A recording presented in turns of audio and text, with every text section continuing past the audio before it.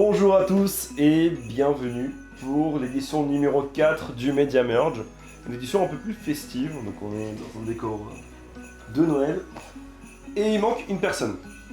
Il manque, il manque CryptoPixou, donc notre cher Léo qui n'est malheureusement pas en France. Bon, après, Ouais, c'est pas grave, c'est pas c'est grave. pas très grave. L'idée de ce Media Merge, en fait, c'est assez simple. D'habitude, on parle des actualités, de tout ce qui s'est passé. Là, on va revenir un peu sur l'année 2023, qui était une année, dans un premier temps, très lente, où il se passait pas grand-chose, en tout cas moi je trouve, et une année qui a accéléré plus sur la fin, sur les 6 derniers mois, on va dire. On a commencé en fait avec la relance des ETF spot Bitcoin dont on parlera. On a recommencé à avoir des gens qui s'intéressent au marché, on a recommencé à avoir un Bitcoin qui reperforme peu à peu. Et on vient de sortir notre 4e dossier qui porte sur l'année 2023-2024. Les liens sont tous dans la description. Il y a également un sponsor pour cette vidéo. Et on peut commencer. Allez, c'est parti. C'est parti. Elle a été comment votre année, les gars? Déjà, pour commencer sur la base des bases. Écoute, je suis assez d'accord avec ton constat. Dans un premier temps, assez calme. Après une année 2022, on va le dire, assez catastrophique, hein, qui s'est terminée notamment par la faillite de FTX. Donc, j'attendais pas grand-chose de 2023. Et dans un premier temps, c'est ce qu'elle m'a offert, pas grand-chose. Donc, je pense que si on reprend un peu ce qu'on avait dit lors du dernier Media Merge à Surfin, c'était qu'il ne se passait pas grand-chose, qu'il y avait surtout des sujets de régulation, que le marché était un peu en attente, il y avait peu de volatilité, etc. Et c'est vrai que bon, cette fin d'année donne une autre note à tout ça. On avait quand même déjà un Bitcoin qui avait progressé sur les premiers mois de l'année. Ouais, parce qu'il faut dire que Bitcoin, en fait, il a progressé sur toute Sur l'année. toute l'année de façon assez régulière. Bon, il a un peu rangé entre 25 et 30K, mais enfin... Là, aujourd'hui, on est à 165% de hausse sur l'année, sur le Bitcoin. Donc finalement, c'est une année très prolifique et de façon assez surprenante. Pour ceux qui étaient exposés, évidemment. Les altcoins ont plus souffert, on a une dominance qui a augmenté. Donc je pense que mon année a été bonne dans le sens où les plus grandes convictions que je peux avoir dans l'écosystème, c'est Bitcoin. Et Bitcoin a prouvé cette année, je pense, on peut le dire, une certaine résilience. Il y avait de quoi douter avec les différents Black Swan qu'on a eu durant 2022. Ouais, on va pas le répéter, mais FTX, Celsius, UST, etc. Même si ça ne concernait pas Bitcoin directement, ça concernait l'ensemble de l'écosystème, ça concernait des plateformes d'échange assez capitalisées, et donc ça pouvait impacter fortement le marché. On avait aussi les premiers tests pour Bitcoin concernant sa réaction vis-à-vis de certaines politiques monétaires, notamment aux États-Unis avec la Fed, qui posait question parce qu'on n'avait jamais vu le Bitcoin dans ce type de circonstances. Et finalement, on se rend compte de quoi? On se rend compte qu'on a un marché qui a plutôt très bien réagi. On se rend compte qu'on a un Bitcoin qui a pris 165% sur une année où il y a des conflits au Moyen-Orient, où il y a eu une hausse des taux qui a continué. La guerre en Ukraine qui continue encore. La guerre en Ukraine qui continue encore. On prend le bottom à peu près de Bitcoin, c'était du coup l'année dernière, à peu près il y a un an, un peu plus. À ce moment-là, les taux étaient déjà relevés, mais étaient autour de 3%. Finalement, on a encore continué à monter les taux, et malgré tout, l'année 2023 était positive pour Bitcoin. Donc je pense que le premier bilan que je fais, c'est que c'est une année qui affirme Bitcoin en tant qu'actif qui a sa place, qui continuera d'exister, et qui s'affirme, je ne vais pas dire comme réserve de valeur, mais qui quand même a montré une résilience vraiment importante. Si on m'avait dit peut-être il y a plus d'un an que le Bitcoin serait à ce stade, aujourd'hui à 44 000 $, avec toutes les circonstances qu'on a connues, j'aurais sans doute rayonné de la personne qui me l'aurait dit. Donc voilà, première conclusion, c'est Bitcoin très résilient et marché résilient. Est-ce que tu n'as pas l'impression que Cryptic, c'est... Je lui ai demandé comment s'est passé son année, il a raconté toutes les thèses sur lesquelles on est passé. Il m'a rien laissé à dire. Voilà. Qu'est-ce que tu veux dire après ça? Toi, Lilian, du coup, ton année, ça a été... Qu'est-ce que cool. je peux rajouter? Qu'est-ce que je peux rajouter de plus à ça? Non, en vrai, est-ce que t'as regardé cette année, ce qui t'a intéressé Non, cette année, ouais, c'était, comme tu disais, assez intense quand même sur le marché, je trouve. Et super plaisant de voir que le marché repart après un an et demi, on va dire, quand même assez compliqué. Notamment quand on reparle de décembre 2022 où Bitcoin était aux alentours des 15 000, 18 000 $. Et que on était vraiment pris pour des gens complètement fous et que voilà, l'affaire FTX était encore dans les têtes de tout le monde.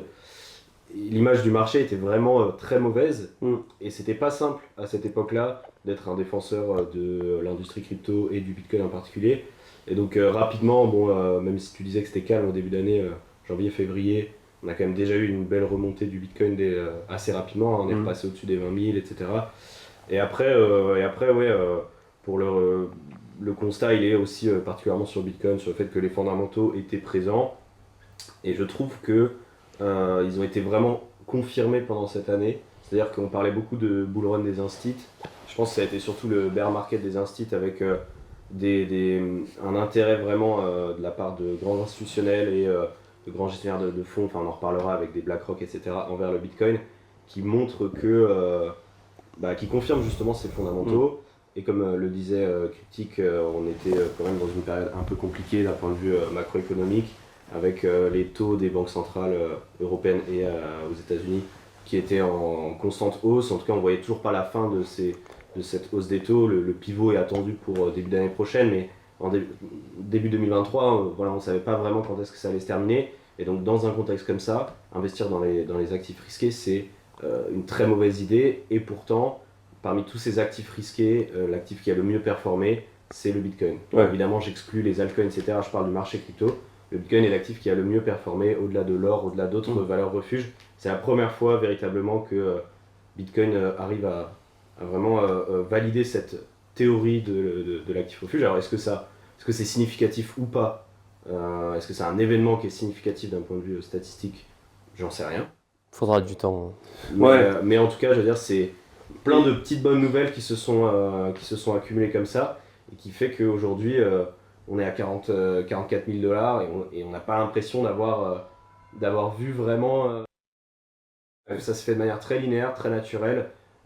Et c'est un constat. Cette année a été quand même, je trouve, intense pour nous d'un point de vue média, parce qu'il y avait plein de choses à traiter avec ces ETF, avec l'affaire Binance, on y reviendra, avec la SEC. Mais ça a été sur le marché, je trouve, très linéaire, très doux quand même à vivre cette remontée. Alors moi je pense qu'il y a aussi quelque chose qu'on peut noter, c'est que peut-être avant 2023, on parlait du marché crypto. Cette année on a parlé du Bitcoin. J'ai l'impression d'avoir un peu l'album de Tupac, All Eyes on Me. C'était le Bitcoin cette année. C'est vraiment tout le monde suivait les cours. Et en fait, là, il y a deux choses que j'aimerais noter. La première chose, c'est que la dominance du Bitcoin a augmenté. C'est-à-dire que le Bitcoin, il a surperformé le marché crypto en général. C'est-à-dire que si aujourd'hui on était investi dans les altcoins, la market cap des altcoins est restée globalement stable, tandis que celle des Bitcoins augmentait. Donc là, on tourne cette vidéo aujourd'hui, on est aux alentours de 54,5%, 55%. Donc en réalité, on voit que Bitcoin a au-dessus de 50% de tout le marché crypto. Ça, c'est une chose. Et de l'autre côté, le Bitcoin a également surperformé le marché action, qui lui a pas arrêté en fait soit de chuter, soit de stagner. Et plutôt augmenté quand même, mais oui. Oui, mais ce que je veux dire, c'est que lorsqu'il y avait des chutes sur le marché action, contrairement à ce qu'on a vu en bear market, lorsqu'il y avait la hausse des taux, le Bitcoin, il suivait un peu le cours des actions. Là, c'est pas du tout ce qu'on a vu. Et donc, en fait, en réalité, aujourd'hui, on parle beaucoup des crypto-monnaies, mais Bitcoin, ça reste vraiment un actif qui est à part et qui est en dehors de ce marché, qui dicte un peu ce qu'on va potentiellement voir par la suite. C'est un peu la théorie des maximalistes, hein. C'est Bitcoin, notre crypto. C'est qu'il faut différencier ce marché, celui des crypto-monnaies, qui ont deux propositions de valeur différentes. Est-ce qu'ils ont tort? Non, je pense pas qu'ils ont tort. Après, c'est surtout... Moi, je suis d'accord avec eux sur le fait que quand je décris à des gens qu'est-ce que l'écosystème crypto, typiquement hier quand ils tournaient donc son micro-trottoir dans les rues, où on parle avec des inconnus et des gens qui connaissent pas les cryptos. Ça s'affiche juste là, le lien vers la vidéo, vous pouvez aller la voir, c'est super cool. Et plein de gens me disent, il y a 10 000 cryptos, je sais pas sur quoi investir, etc. Et tu leur dis, pour moi, il y a Bitcoin dans le marché. C'est Bitcoin qu'on définit en premier. Ouais. Et le reste, c'est le marché crypto. Il y a vraiment Bitcoin et le reste. Et il faut vraiment concevoir ça comme ça. C'est vrai. Sur la proposition de... différent, à mon avis, sens. Même si Bitcoin aujourd'hui donne le tempo sur l'évolution du marché, parce que c'est 50% de capitalisation, 50% de la capitale totale, mais c'est deux entités différentes, moi je les dissocie aussi. Ouais, c'est vrai, après ça devient souvent un débat sémantique sur les réseaux sociaux, c'est-à-dire qu'on a les maxis qui se retranchent derrière la différence de termes. Moi, je préfère définir la proposition de valeur et faire, comme tu dis, de l'éducation sur expliquer quelle est la différence entre Bitcoin et le reste, et notamment sur sa façon la façon par laquelle il a été créé, avec un désintéressement presque total de la personne qui l'a créé. Mais c'est vrai que ça tourne souvent au débat sémantique qui, du coup, perd un peu en intérêt. Mais bon. Mais oui, donc je pense qu'en effet, cette année a confirmé ça, c'est-à-dire la différence entre Bitcoin et le reste.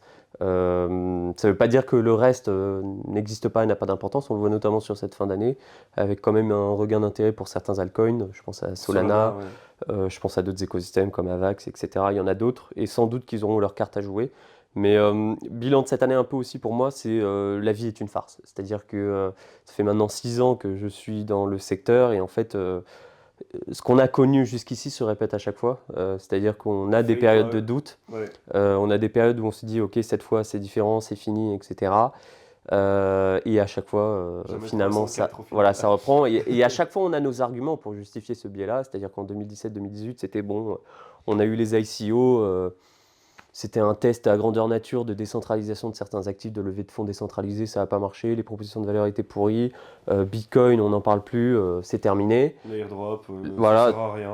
Voilà, et puis en 2022-2023, sur ce bear market-là, c'était plus la régulation, on est terminé, si finalement on veut interdire le Bitcoin, c'est fini, etc. Je suis assez d'accord avec toi, et je me suis déjà pas mal posé la question là-dessus, est-ce que c'est la thèse autoréalisatrice, c'est-à-dire que on va dans quel sens ça fonctionne. C'est la foule à poule. Les cycles qui sont comme ça et qui sont certainement, et la réponse elle se trouve quelque part là-dedans, drivés par les énormes apporteurs de liquidités, ceux qui vont avoir la main sur le marché et manipuler les cours. Quand je dis manipuler, évidemment, c'est pas avec des mauvaises intentions, ils manipulent et ils dumpent, etc.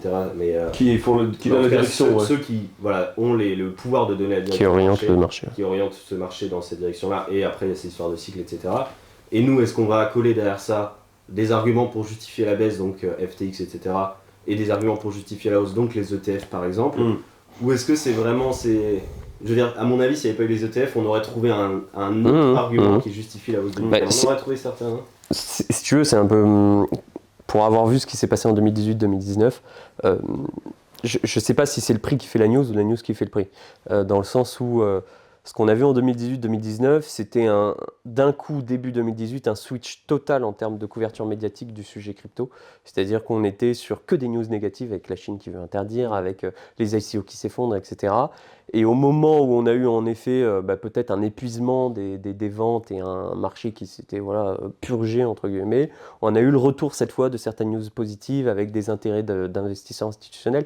Donc comme tu dis, les news sont tout le temps là, simplement celles qu'on met le plus en avant dépendent aussi de la dynamique du prix à ce moment-là. Et donc, je suis d'accord avec toi, on aurait sans doute trouvé un argument pour justifier une reprise haussière. Si ce n'était pas les ETF, ça aurait été autre chose, quoi. Ça aurait été peut-être le regain d'intérêt au Moyen-Orient pour les actifs numériques ou n'importe quoi d'autre. Mais au-delà de ça, même, c'est assez intéressant de voir que ces histoires de cycle, tu parlais de la dominance du Bitcoin, dans le précédent bull run, si on se souvient de 2020, Bitcoin qui pump énormément avant que les alts pumpent à leur tour.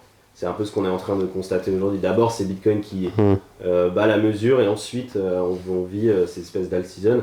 Et là, on l'a constaté avec Bitcoin qui a surperformé la majorité des cryptos du top 100. Je dis bien la majorité, il y en a certaines qui ont fait mieux.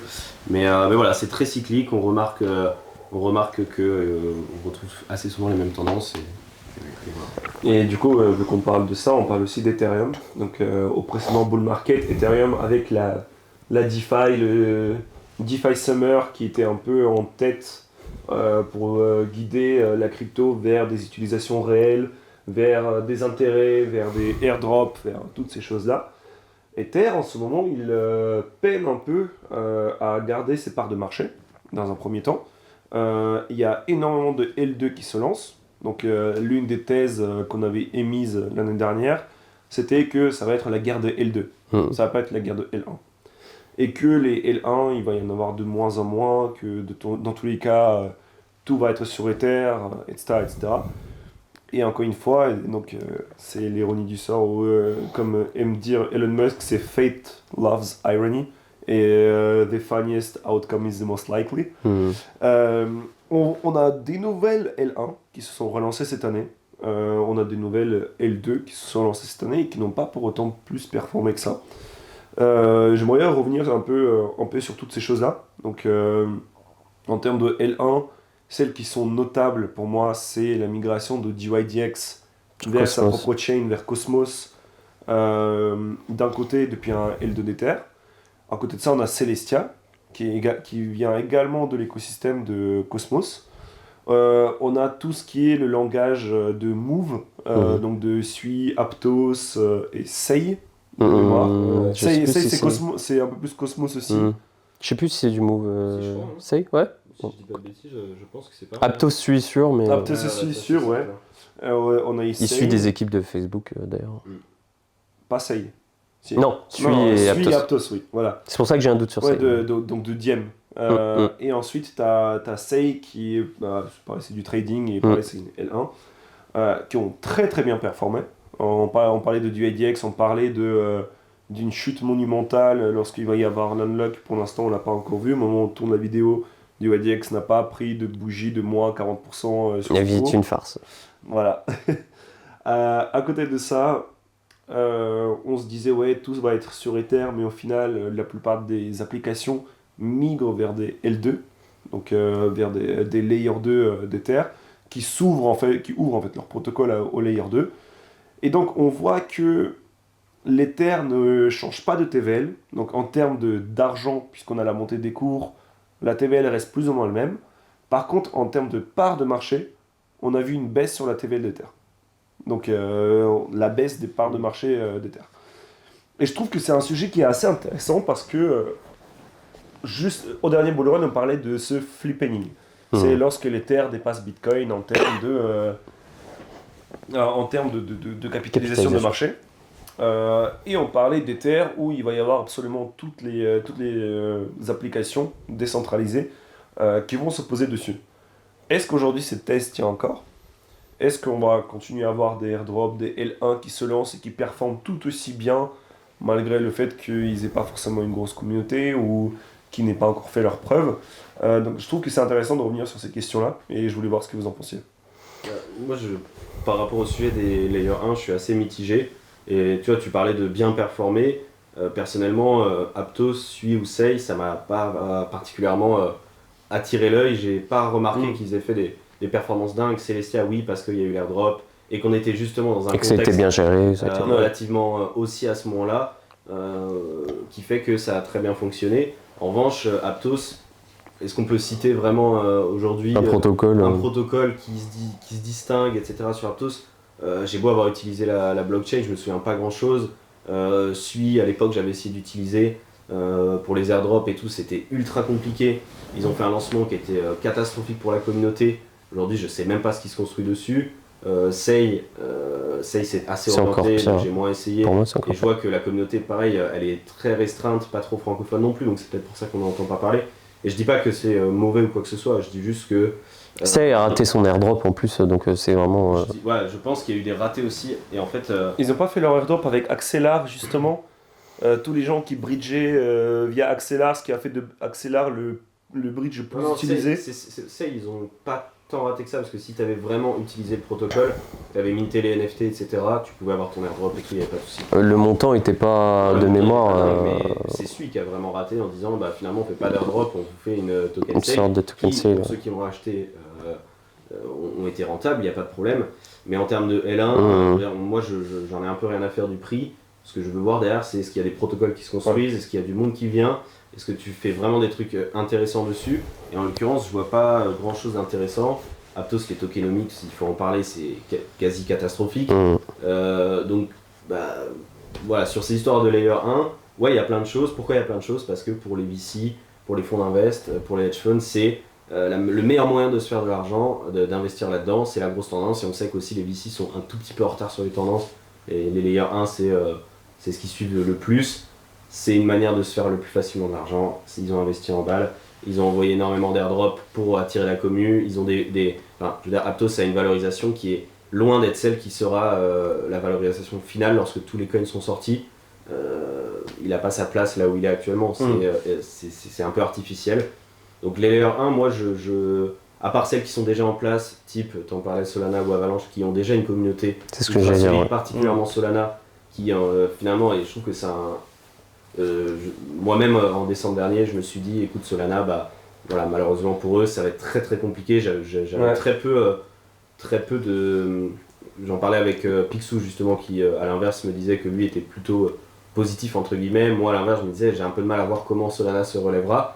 Et là, l'histoire a prouvé que la communauté en fait a été assez solide et que c'est reparti. Et justement, la communauté est présente. Il y a des applications qui sont présentes et qui font des trucs super intéressants. Il y a des NFT, il y a des trucs. Non, mais justement, ça c'est intéressant à dire. Ouais. Et ça donne un écosystème qui fonctionne. Mais voilà, les seules L1 pour moi aujourd'hui, c'est pas toutes les nouvelles, c'est celles qui étaient déjà présentes et qui ont déjà une commune ancrée. Mais en fait, ce qui est intéressant, c'est qu'on voit réellement que Solana, l'activité sur la marketplace NFT de Solana, même en bear market, il y avait quand même pas mal de ventes. Donc en termes de volume, largement en dollars, on était largement en dessous. Mais les gens, ils restaient présents, ils continuaient à s'amuser avec les NFT, ils continuaient à découvrir les collections. Et là, ce qui est intéressant, c'est qu'aujourd'hui, donc à l'instant on parle, Solana a dépassé Polygon en termes de TVL sur la DeFi.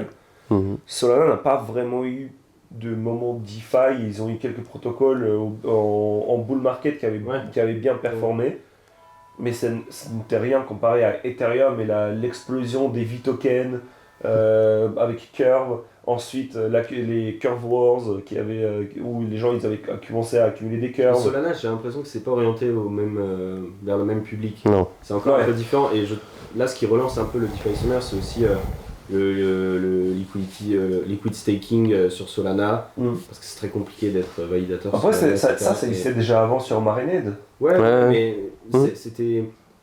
Il y a quand même des éléments qui ont relancé ça avec des nouveaux protocoles.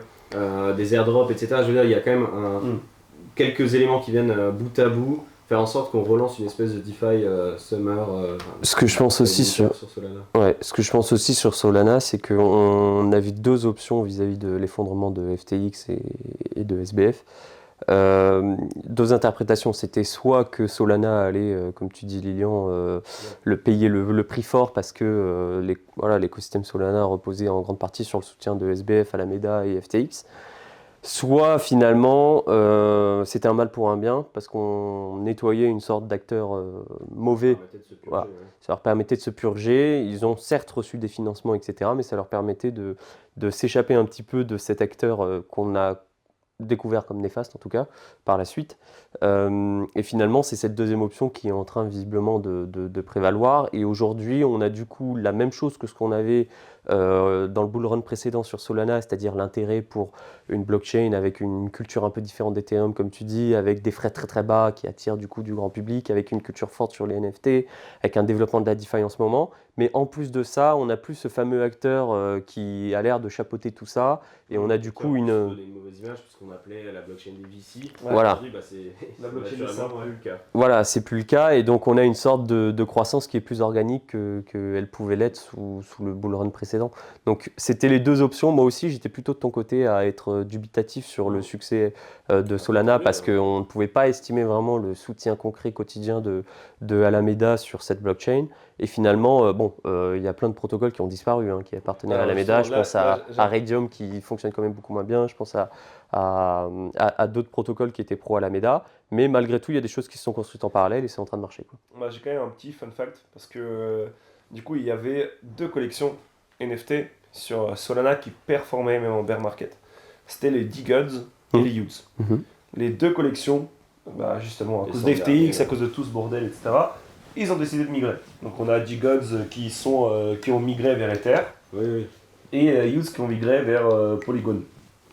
Et du coup, l'ironie du sort fait qu'il y avait une troisième collection qui était les Mad Lads sur Solana. Qui fonctionne bien. Et qui du coup on flip le floor price en termes de dollars des D-Gods et des Utes sur Ether et sur Polygon. Alors que D-Gods c'était la collection. La collection elle était énorme. Je sais pas comment ça a performé sur Ethereum. Mais bon, je sais pas si ça a été un succès. Alors c'est une collection populaire sur Ethereum, mais là, avec la relance de tout ce qui se passe sur Solana, ils sont très loin derrière tout ce qui se passe dessus. Donc c'est intéressant. C'est intéressant est-ce que le move a été bon de leur part finalement mais comme quoi, là, nous on disait qu'on n'était pas forcément très positif à ce moment-là, mais en même temps compliqué de prévoir l'avenir. Même des grands acteurs qui se sont construits et qui ont été popularisés sur Solana avaient à peu près vraisemblablement le même constat que nous. Et après, je pense aussi, Mad Lads, donc, qui est la 3e collection NFT et qui est aujourd'hui première du coup sur Solana. Ce qui est intéressant, je pense, c'est que le départ des 2 autres collections a un peu fidélisé la communauté envers la collection qui est restée. Et ce qui fait que quand ça a été relancé, c'était la collection qui était privilégiée. C'est la collection Solana. Si par exemple The Gods et les Youths n'étaient pas partis, peut-être que ça n'aurait pas eu la même performance, bien sûr, que ça n'aurait pas été aussi intéressant. C'est une sorte de dilution un peu de l'intérêt, quoi. Ouais, et puisqu'on parle de Solana, je pense que c'est intéressant de revenir sur quelque chose qui a rythmé tes semaines pendant 2 semaines, mais avant ça, le moment sponsor. Alors, juste pour vous expliquer et pour être totalement honnête, pour ce format-là, on n'a jamais eu de sponsor parce que juste on n'a jamais cherché de sponsor à avoir. Avant de commencer à tourner cette vidéo, on s'est dit on va manger une petite raclette, on se retrouve, ça fait plaisir d'être ensemble à nouveau parce qu'on se connaît également en dehors de ces formats-là. Donc on fait pas uniquement ces vidéos-là parce qu'on fait partie des médias, mais parce qu'aussi on s'aime bien et qu'on est devenus amis. Et on a partagé une bouteille de vin. Et on a partagé une 2e bouteille de vin et on s'est dit, en vrai, pourquoi pas? Est-ce que vous connaissez Interstellar? En fait, c'est des gars qu'on connaît depuis déjà un petit moment, qui ont déjà soutenu la plupart des médias dans l'écosystème français, et ils reviennent pour cette édition de Noël, et on tient à les remercier pour ça. Interstellar, c'est une plateforme Web3 de digitalisation de l'investissement dans le vin créée par Louis de Bonnecase et Maxime Garot. En fait, l'idée derrière leur concept, c'est de pouvoir acheter une bouteille à travers les crypto-monnaies, la détenir en tant que NFT pendant que quelqu'un conserve votre bouteille de vin et vous empêche de la boire comme nous l'avons fait. L'intérêt, c'est de rendre l'investissement dans le vin plus ludique, plus liquide et plus accessible à tous. Vous pouvez aujourd'hui recevoir votre bouteille si vous décidez de brûler votre NFT.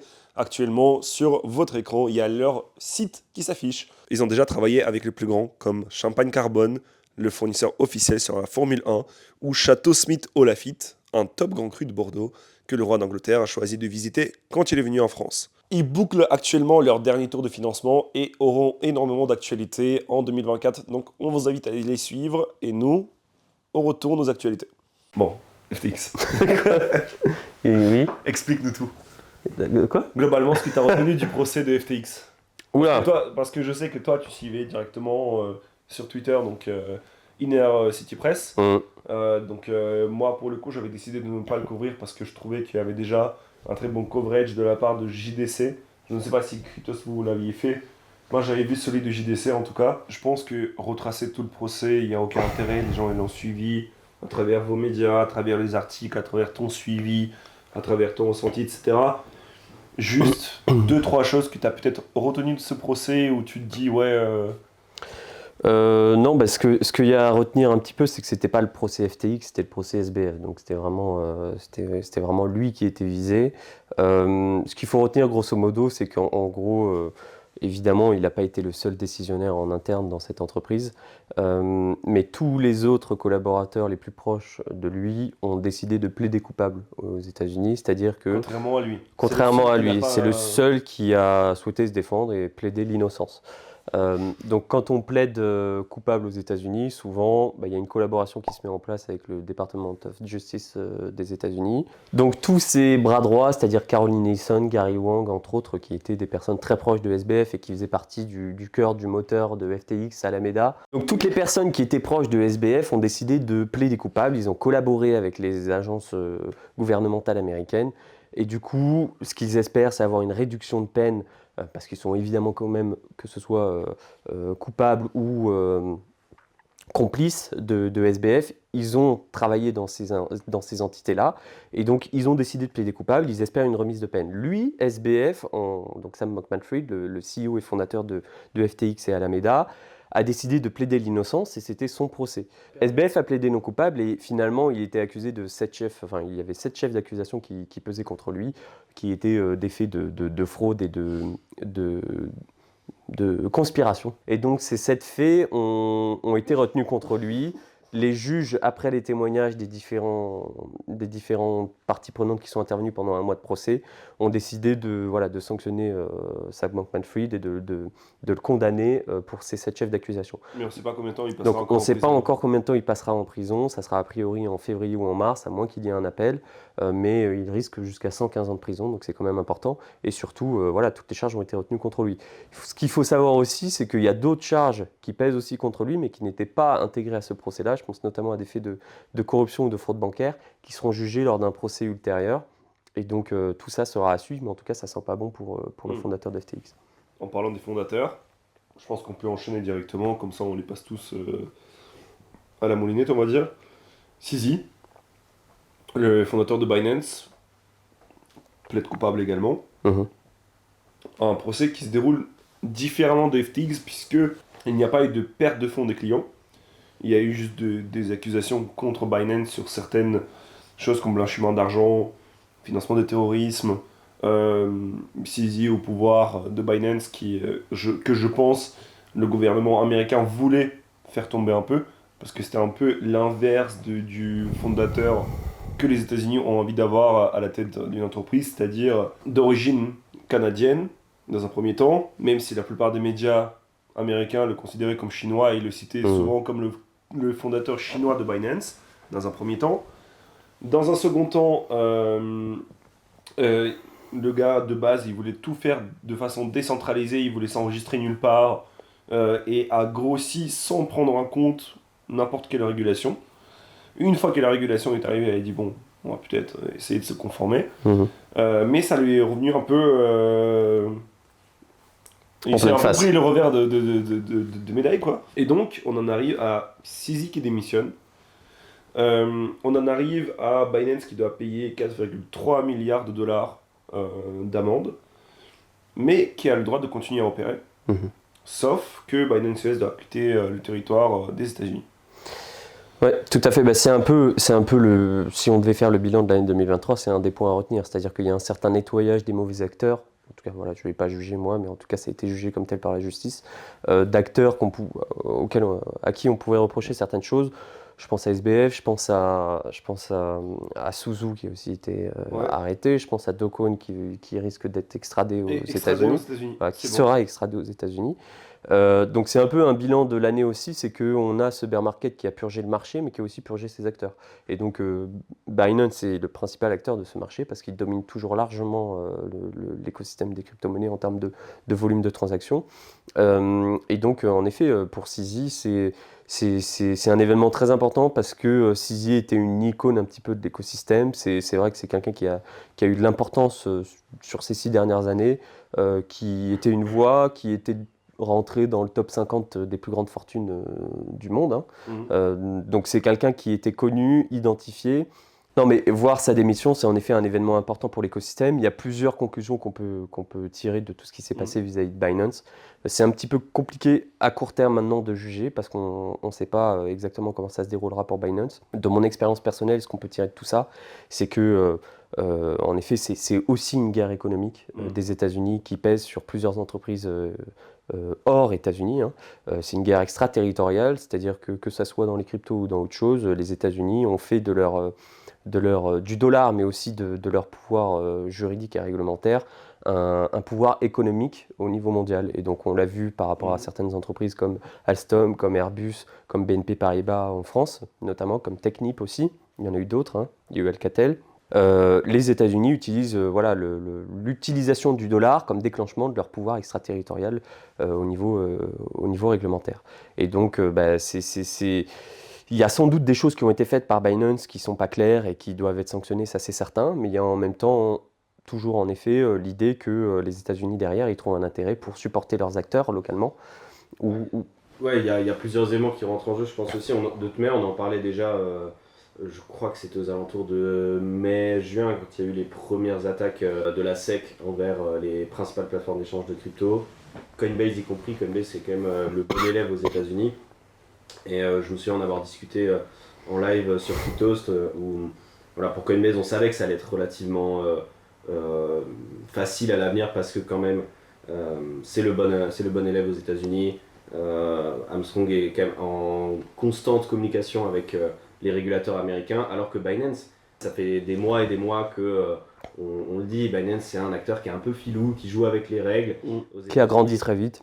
Qui a grandi très vite et qui a grandi aussi en se disant, bon bah, d'abord on grandit, on fait grandir l'écosystème crypto, on sert l'écosystème crypto et on se sert aussi, bien entendu, au passage, mais on verra plus tard pour les aspects réglementaires. Ce qui fait que en Europe, il y a eu le régime MiCA qui est en train de se construire. Ils ont obtenu leur enregistrement PSAN en France pour pouvoir justement s'ouvrir à l'Europe.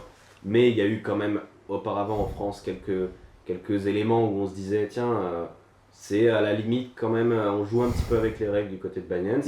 Et aux États-Unis, c'est la même chose. Et pour eux, à l'époque où il y a eu donc ces attaques de la SEC, on se disait, pour Binance, ça va être extrêmement compliqué de s'en sortir. Alors de là à ce qu'il y ait une demande d'une telle amende et d'une démission de CZ, je l'aurais peut-être pas attendu comme ça. Mais bon, voilà, Binance a été un acteur qui a beaucoup joué avec les règles et qui prend quand même ce retour. Ouais. Moi j'avoue que je m'attendais pas à la démission de Sisi. En fait, j'imaginais pas démissionner. Moi, quand j'ai commencé la crypto, Sisi a toujours été là et il a toujours rendu ça clair qu'il voulait maintenir sa place, qu'il voulait être celui qui pousse Binance vers le haut. Et au final, il a fait le choix de partir pour que l'entreprise puisse continuer à exister. Je ne suis pas sûr que ce soit un choix. C'est-à-dire que en fait, le pouvoir vraiment extraterritorial américain est total. C'est-à-dire que les États-Unis, par le simple fait qu'il y ait l'utilisation du dollar, voire même parfois de software américain ou de hardware américain, on a des jurisprudences par exemple qui disent qu'une société qui a utilisé un ordinateur Intel pour converser avec d'autres sociétés sur des faits de corruption, les États-Unis sont compétents. Et donc, ce qu'il faut comprendre, c'est que le pouvoir des États-Unis est total. Donc, c'est en ça que je parle de guerre économique, c'est que je ne pense pas que CZ a eu le choix. Je pense que CZ, on lui a présenté simplement les faits, qu'il y avait sans doute des faits qui étaient qu'on pouvait reprocher à Binance et qui pesaient contre la société, et que le deal qui lui était proposé était celui de plaider coupable, parce que simplement, il avait un intérêt à le faire. Même s'il pense qu'il ne l'est pas, ou même s'il pense qu'il doit se défendre. Le problème, c'est que le système américain fait la prime au plaidé coupable parce qu'il permet derrière d'avoir un deal avec les autorités américaines et de mettre en place des systèmes de monitoring. C'est ce qui va se passer pour Binance. Binance peut continuer d'opérer. Binance peut... Quand même. Voilà. C'était vers là que je voulais aller tout à l'heure. Il y a 6 mois, quand on parlait de ces procès, dire que Binance pouvait continuer à opérer en 2024 aux États-Unis, c'était vraiment très compliqué. Pour moi, c'était terminé pour Binance sur le territoire américain. Aujourd'hui, c'est quand même un bon compromis pour Binance, compliqué pour CZ, mais une bonne chose pour l'avenir de Binance. Alors, ce qu'il faut retenir... Dégage, non, du territoire américain. Alors, c'est compliqué parce que... Ils vont pouvoir revenir dessus, mais en étant encadrés. Alors, sur Binance... Binance US, c'est terminé, non? Binance US peut rester aux États-Unis. Mais Binance tout court n'y sera pas. Donc, c'est-à-dire que Binance US va pas avoir la même... Américaine aura le droit de rester sur le territoire. Moi, de ce que j'ai vu, c'est qu'ils cessent aussi leur opération.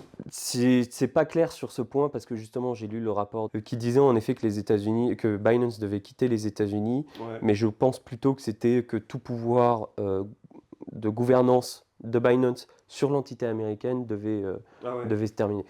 C'est à clarifier parce que c'est en effet un point et on y verra sans doute plus clair dans les mois prochains.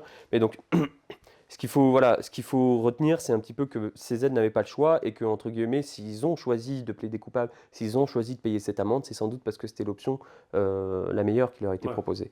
Et donc, à ce titre-là, ce qu'il faut aussi comprendre, c'est que là, les faits qui ont été jugés dans cette affaire, le deal qui a été signé, ne concerne pas les accusations qui ont été faites par la SEC, justement, et concerne les accusations qui ont été faites par l'OFAC et par la FinCam, ou je ne sais plus comment s'appelle cette entité, mais qui est une autre... FinCEM, voilà, merci, qui est une autre agence américaine de régulation. Et donc, les faits qui pèsent contre Binance par la SEC sont toujours en cours, peuvent toujours être jugés, et peuvent encore peser sur... C'est lié aux mêmes éléments derrière, je veux dire, c'est les mêmes agissements. Sur la SEC, il y a aussi l'aspect securities. Voilà, il y a aussi l'aspect securities. Ils ont ça avec tout le monde. Voilà, ils ont ça avec tout le monde. Il y a le procès avec tous. Donc, il y a d'autres aspects qui ne sont pas mentionnés dans celui-là, mais globalement, les mêmes agissements entraînent des répercussions auprès de différentes entités réglementaires. Mais voilà, je voulais juste clarifier que la SEC pour l'instant n'est pas intégrée à ce deal-là. Mais donc, qu'est-ce qu'on peut en conclure pour Binance? Est-ce que ça va être positif ou négatif? C'est difficile à dire. En vrai, je pense que la réalité, c'est se poser la question si Binance va rester premier. Oui, tout à fait. Et la difficulté... Aujourd'hui, en fait, je voulais revenir sur ce que tu disais, c'est que Binance va être monitoré. Binance va être l'entité qui va être un peu sous le pouvoir des États-Unis. Le fait d'avoir ça, ça les empêche de prendre l'avance qu'ils ont pu prendre et devenir premiers auparavant, parce que justement, ils n'avaient pas assez de surveillance, ils n'avaient aucune chose qui les empêchait de le faire. Maintenant, si on élargit un tout petit peu le spectre, on se dit, ok, Binance aujourd'hui, ils sont premiers, ils vont être sous les aides du régulateur. FTX, SBF prison, voilà, c'est terminé. On n'en entend plus parler. Si c'est relancé, on verra ce que ça donne. À côté de ça, on a Coinbase, qui eux sont ultra conformes depuis des années, qui dépensent des millions dans la compliance, dans les avocats, etc. Et Brian Armstrong est très institutionnel, on va dire. Ensuite, on a tout un tas d'exchanges comme Upbeat, OKEx, BitGet, Bybit, qui eux, j'ai l'impression que c'est un peu le nouveau Binance, d'une certaine manière. Mais est-ce que maintenant qu'on a un précédent sur Binance, ces plateformes-là vont pas subir le même sort? Alors, ça c'est totalement possible qu'il y ait une épée de Damoclès qui pèse sur certains exchanges, même s'ils ne sont pas de la taille de Binance, hein, évidemment. Pour moi, il y a deux interprétations. Soit ce qui se passe pour Binance va servir un petit peu de modèle, de guidelines, de bonnes pratiques dans l'écosystème, et les autres vont essayer de s'aligner. Et dans ce cas-là, à mon avis, Binance peut garder son avance parce que simplement, ils seront le modèle. Soit au contraire, on a pendant encore 2, 3, 4 ans une régulation qui va être en retard sur certains exchanges, et ces exchanges vont prendre des parts de marché, vont bénéficier des opportunités auxquelles Binance ne pourra plus profiter parce que peut-être il n'y aura pas la même liberté en interne. Ce qu'il faut comprendre, c'est quand on parle de monitoring, c'est que sans doute que l'entreprise va avoir des agents du département de justice américain derrière eux sur tous leurs faits et gestes, que les comptes vont être audités constamment, que tout va être épié, quoi. C'est vraiment ça qui se passe, c'est ça qui s'est passé pour Airbus. Et au final, ça rassure Alors, aussi. ça rassure les marchés parce que finalement, si on est un acteur institutionnel et qu'on veut passer par exemple par une plateforme d'échange, alors on parlera des ETF qui sont d'autres produits, mais si aujourd'hui on veut accéder au marché crypto, on passe souvent par une plateforme d'échange ou en OTC quand on est un gros acteur. Et c'est vrai que le fait de voir un acteur qui sera peut-être sous la joute du gouvernement américain, c'est rassurant pour un acteur institutionnel. Donc dans cette interprétation-là, Binance peut prendre des parts de marché. Et d'un autre côté, ça peut leur faire prendre du retard sur certaines choses, sur certaines innovations, sur aller sur des marchés plus compliqués sur lesquels ils ont des agents qui leur diront « bah non, ça vous n'avez pas le droit parce que telle raison, il n'y a pas de KYC, il n'y a pas de ceci, il n'y a pas de cela ». Et donc je pense l'année 2024 sera déterminante parce qu'on y verra plus clair. On verra les premiers impacts de ces fameux monitoring, de la fameuse décision qui a été prise par les États-Unis, on pourra y voir plus clair. Mais on a aussi un nouvel acteur qui arrive un peu sur cette scène, c'est Bullish.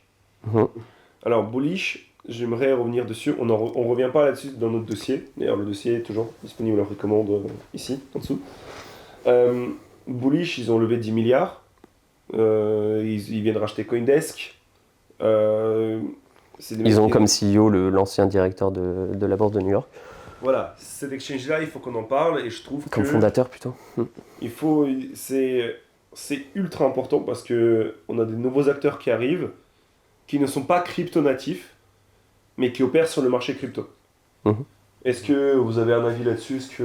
Alors, moi, je n'ai pas trop suivi ça. Enfin, j'aurais bien rajouté quand même un petit élément sur le débat d'avant sur les plateformes. Par rapport à l'histoire Binance, le modèle Binance qui arrivait à la plateforme, pour moi ça n'arrivera plus jamais parce qu'on était dans un modèle où il y avait peu de cadres réglementaires qui laissaient la place à un développement comme celui que Binance a connu. Aujourd'hui, les plateformes que tu as citées, si je prends l'exemple de la France, certaines ne sont pas réglementées en France, certaines n'ont donc pas l'autorisation de faire la publicité sur le territoire français. Alors elles sont utilisées par des utilisateurs français, mais théoriquement, elles peuvent se faire épingler si elles font de la publicité ou quoi que ce soit d'autre. Donc la réglementation aujourd'hui en France et en Europe de manière générale va faire en sorte que les plateformes qui ne respectent pas les règles n'auront pas le droit d'opérer ou plus difficilement. Et donc il y aura aussi cette règle-là qui est que pour elles, même si elles veulent essayer de contourner la réglementation, elles vont quand même avoir des contraintes si elles veulent le faire sans finalement se prendre l'amende derrière ou quoi que ce soit. Ça, c'est le premier élément. Il y a le deuxième élément que je voulais mentionner, c'est qu'on constate une espèce de tendance aujourd'hui de la part des plateformes d'échange crypto de s'ouvrir à leur propre layer 2. Coinbase. Il y avait une... C'est incomparable avec Binance et la BNB Chain, parce que ça c'était une initiative à part, etc. Mais là il y a une vraie tendance aujourd'hui avec Coinbase et Base, Base qui est basé sur l'OP Stack d'Optimism. T'as OKX aussi, je crois. On a OKX qui est en train de construire quelque chose. On a Binance qui a l'OP BNB aussi sur l'OP Stack et à la fois aussi un peu avec la BNB Chain. On a Kraken qui parle de Polygon. Donc voilà, il y a toutes ces plateformes d'échange. Aujourd'hui, elles commencent à se dire on va s'intéresser à construire notre propre layer 2. Il y a les layer 2 et les wallets aussi. Et les wallets, mais ça va ensemble. L'idée, c'est pourquoi est-ce qu'elles font ça? La vraie question, pourquoi est-ce qu'il y a toutes ces plateformes aujourd'hui qui s'intéressent à ça? Moi, j'ai des éléments de réponse. Le premier, c'est il y aura un intérêt certain pour la DeFi de la part des utilisateurs. Ok. On a connu un petit peu la CDFI avec, justement, on parlait de cette CDFI, donc Centralized Decentralized Finance, mais c'était pas du tout abouti, c'était pas concret. Là, avoir leur propre layer 2 à eux, ça leur permettra d'avoir donc évidemment une chain qui est complètement centralisée, où donc ils ont leur propre validateur, où ils peuvent modifier tous les paramètres qu'ils veulent sur cette chain et notamment appliquer des frais extrêmement réduits pour leurs utilisateurs, ceux qui ont un compte Binance, si on prend l'exemple de Binance par exemple ou autre. Et ça leur permettra donc de construire un nouvel écosystème, proposer ces nouveaux services à leurs utilisateurs tout en les gardant dans leur propre écosystème. Bon, il y a cet élément-là, et le deuxième élément pour moi qui est intéressant, c'est aussi l'histoire de réglementation. Parce que justement, pour le moment, quel est le domaine qui n'est pas encore réglementé et qui fait encore partie des discussions? C'est la finance décentralisée. Aujourd'hui, dans le règlement MiCA, la finance décentralisée n'est pas encore vraiment correctement encadrée, et c'est en cours de discussion, ça viendra dans une version évoluée certainement de MiCA, ça ne sera pas mis à l'écart, mais pour ces plateformes-là, il y a à mon sens une brèche dans laquelle elles peuvent s'engouffrer pour pouvoir continuer à proposer des services à leurs utilisateurs dans un domaine qui est encore un petit peu moins régulé. Voilà, je ne sais pas si c'est très concret, mais je pense qu'il y a encore des moyens de contourner, et je vois vraiment cette tendance-là comme une manière pour les plateformes de se différencier par là. Là, je viens de raconter toutes mes histoires sur les plateformes d'échange de crypto, et je t'ai coupé la parole finalement sur le sujet que tu voulais lancer avec Bullish. Personnellement, j'ai pas trop suivi. Est-ce que tu as un avis là-dessus? Est-ce que toi, tu as un avis sur Bullish? J'ai un avis dans le sens où ça va dans ce qu'on disait avant, c'est-à-dire un renouvellement des personnalités et des entreprises qu'on voit évoluer, et en premier lieu sur l'écosystème crypto. Voilà, on l'a dit plusieurs fois, Dokon, Suzu, SBF, CZ, qui faisait sans doute partie du cycle précédent, ont entre guillemets, je ne vais pas dire dégagé, c'est un peu violent, mais enfin ont été... quelques-uns. Voilà, il en reste quand même, mais on voit de nouveaux acteurs arriver. Alors il y a Richard Teng en premier lieu, qui est par exemple le nouveau CEO de Binance, qu'on va sans doute voir de plus en plus. Et puis il y a également un background réglementaire. Un background réglementaire, exactement. Et puis il y a Tom Fairley, qui est du coup le CEO de Bullish, qui lui est une autre personnalité qu'on voit de plus en plus sur CNBC, sur des vidéos qui commencent à tourner en boucle sur les réseaux sociaux, où on le voit très bullish sur l'écosystème crypto.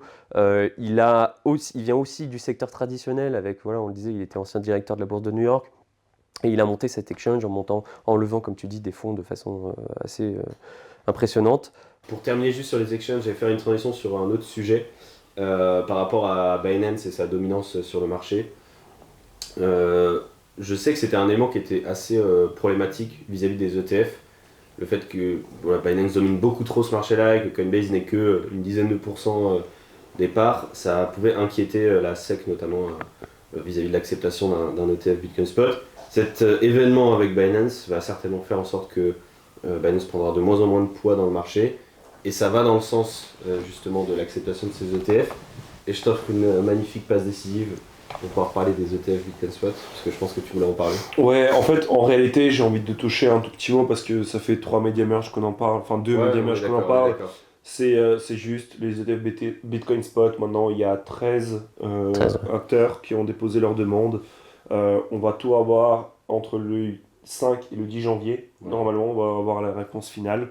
Enfin, on a des deadlines à ce moment-là. Ouais, voilà, c'est ça. Mais ce que je veux dire, c'est qu'en gros, 90% alors, les analystes Bloomberg des ETF disent qu'il y a 90% de chances qu'entre le 5 et le 10, ça soit approuvé.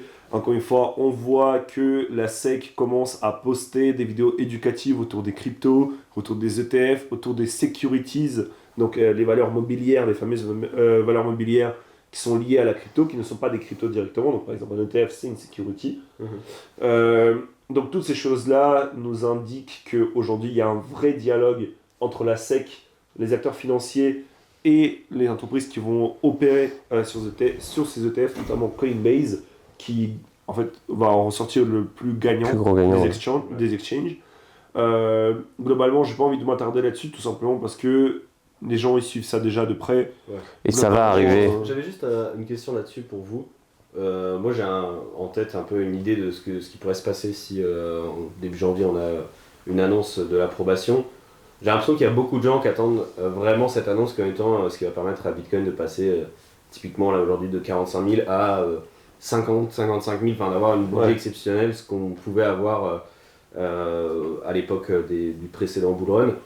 Moi j'ai un peu le sentiment que si on prend BlackRock, il y a eu des achats de BTC 100 000 dollars qui ont poussé la hausse du Bitcoin sur cette année 2023. On a eu Grayscale avec leur trust, le discount. Je suis pas sûr que BlackRock ait acheté du BTC. 100 000 oui, pour créer l'acide de l'ETF, mais...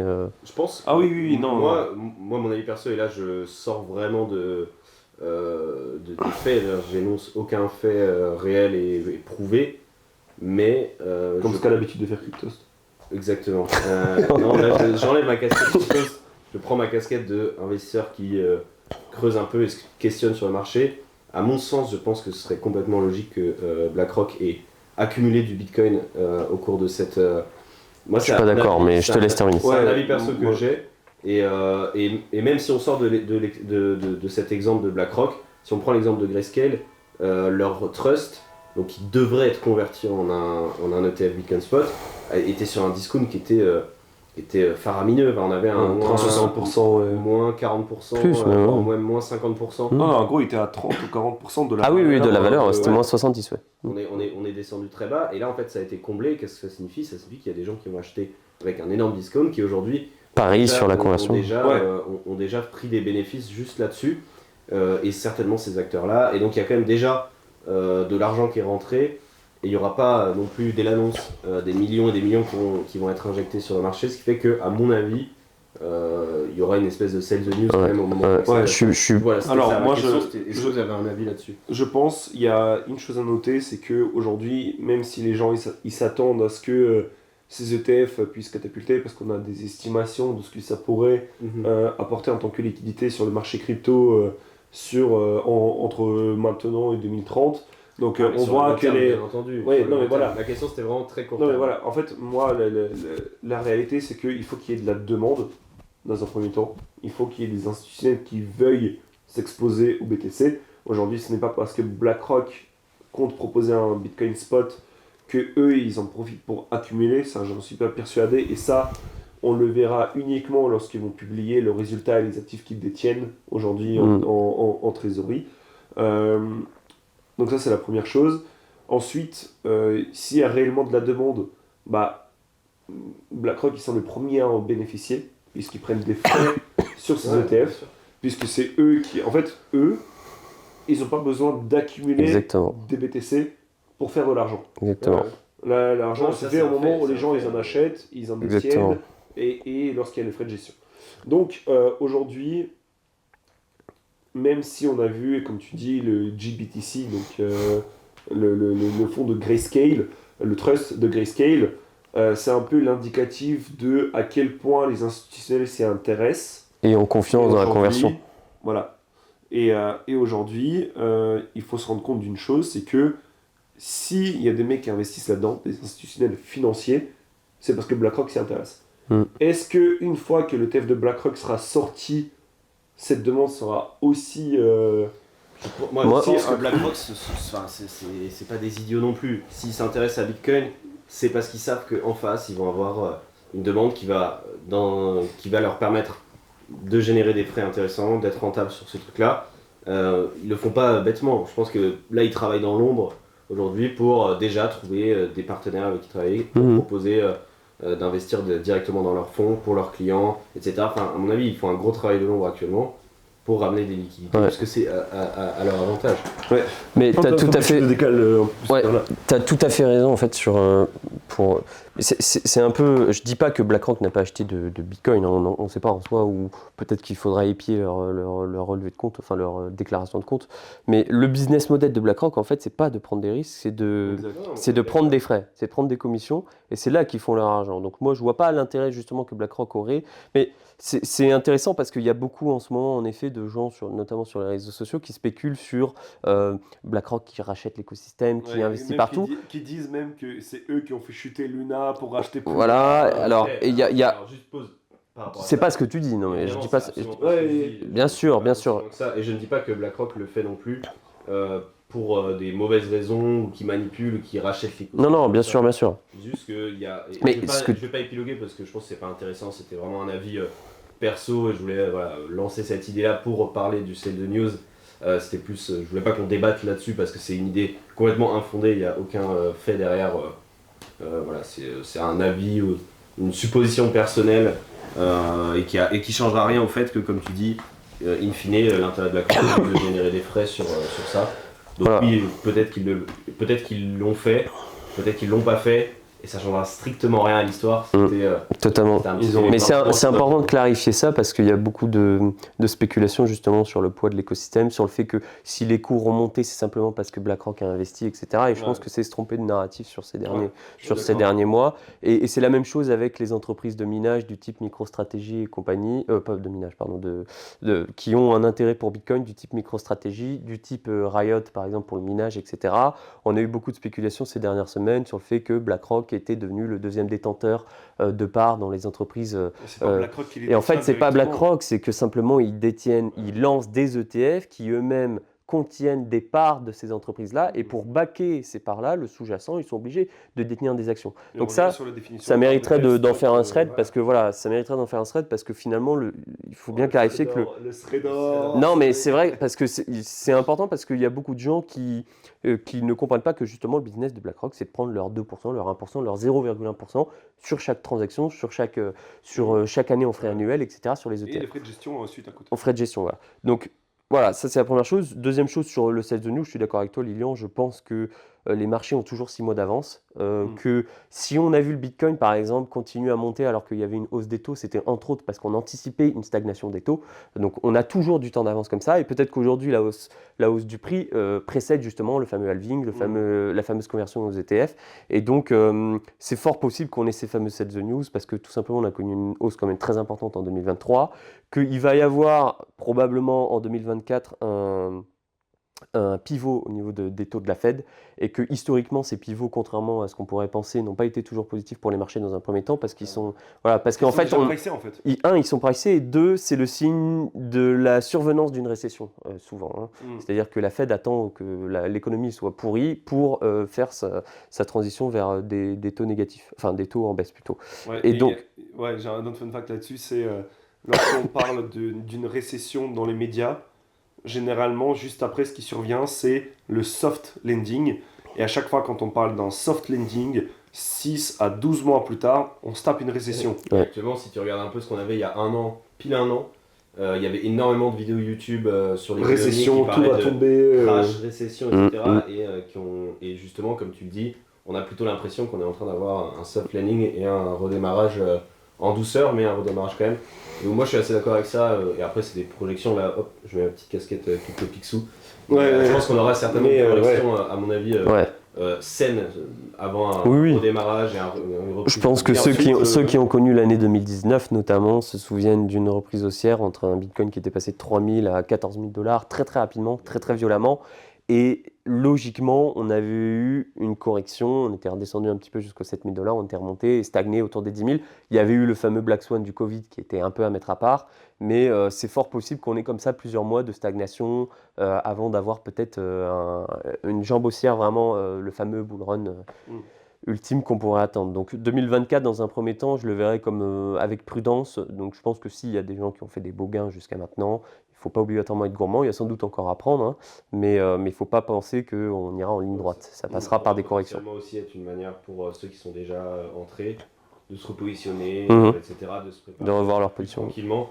Parce que ce qu'on constate là, on changera peut-être dessus après, mais ce qu'on constate là, c'est beaucoup, je trouve, de gens qui se plaignent de se dire j'ai pas vu du tout cette hausse, je suis positionné que sur Bitcoin. Et encore, si t'es positionné que sur Bitcoin, t'es plutôt content. Ceux qui étaient positionnés que sur Ether ou quoi se disent mince, je me suis pas diversifié, je sais pas, j'ai raté les trucs. J'attendais plus bas. Et de manière, voilà, c'est une histoire de plan aussi, je sais pas. Les gens doivent avoir un plan en tête et on met un fameux DCA chaque fois. Voilà, oui, puis en tout cas, peut-être que cette période-là permettra à certains de pouvoir de se repositionner. tranquillement se repositionner et éviter d'avoir des agissements comme ce qu'on a pu constater sur les réseaux, notamment. Les gens qui vont FOMO et envoyer tout ce qu'ils ont là maintenant en se disant mince, je vais rater le début du bull run.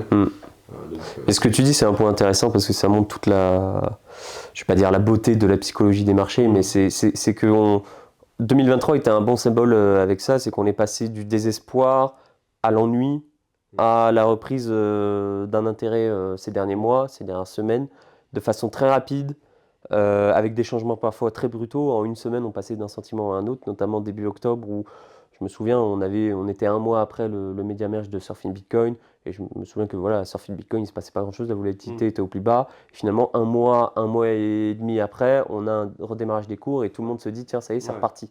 Et c'est aussi pour ça que c'est intéressant, les cryptos, c'est que c'est une expérience en termes de psychologie personnelle qui est assez folle. Il y a énormément de personnes qui étaient assez actives sur les réseaux sociaux, qui étaient en veille complète, et qui sont repartis là sur ces 2-3 dernières semaines. À nouveau de l'activité, à nouveau des gens qui recroient dans certains projets, qui se remettent dans des trucs. Beaucoup aussi du côté des petits, des espèces de petites activités qu'on pourrait qualifier de dégènes sur les blockchains, qui sont quand même, je trouve, même si elles sont pas forcément ultra intéressantes, elles sont quand même un petit symbole du fait que voilà, il y a des gens qui sont de retour sur le marché et qui retrouvent l'euphorie. Et c'est un symbole intéressant, je trouve, à constater. Et comme tu dis, le cycle, en tout cas, les cycles de marché haussier et baissier, pour l'instant, dans la psychologie des marchés, ils ont parfaitement été respectés. Et c'est assez. Et je pense juste revenir à un tout petit point, une toute petite parenthèse sur, comme tu dis, l'attitude un peu des gens. Donc on a eu un peu quelques narratives qui sont ressorties durant l'année 2023. L'idée que moi j'avais, c'est de ne pas forcément revenir sur chacune de ces narratives parce qu'elles sont toutes dans le dossier que vous pouvez télécharger directement dans la bio. Mais on peut en sélectionner une chacun. Ouais, bah on a les meme coins, on a RWA, donc les Real Assets, j'allais te dire, est-ce que et l'IA. Des tendances de 2024 ou tendances 2024, en gros, si ces tendances-là qui ont performé en 2023. On peut choisir notre tendance. Qu'est-ce que tu veux choisir ? Moi, je choisirais l'IA parce que si, ça a été dans un premier temps d'abord un peu. Hein ? Tu voulais dire ça ? J'avais absolument pas envie d'en parler justement. Ah ouais, moi je trouve ça intéressant parce qu'on est.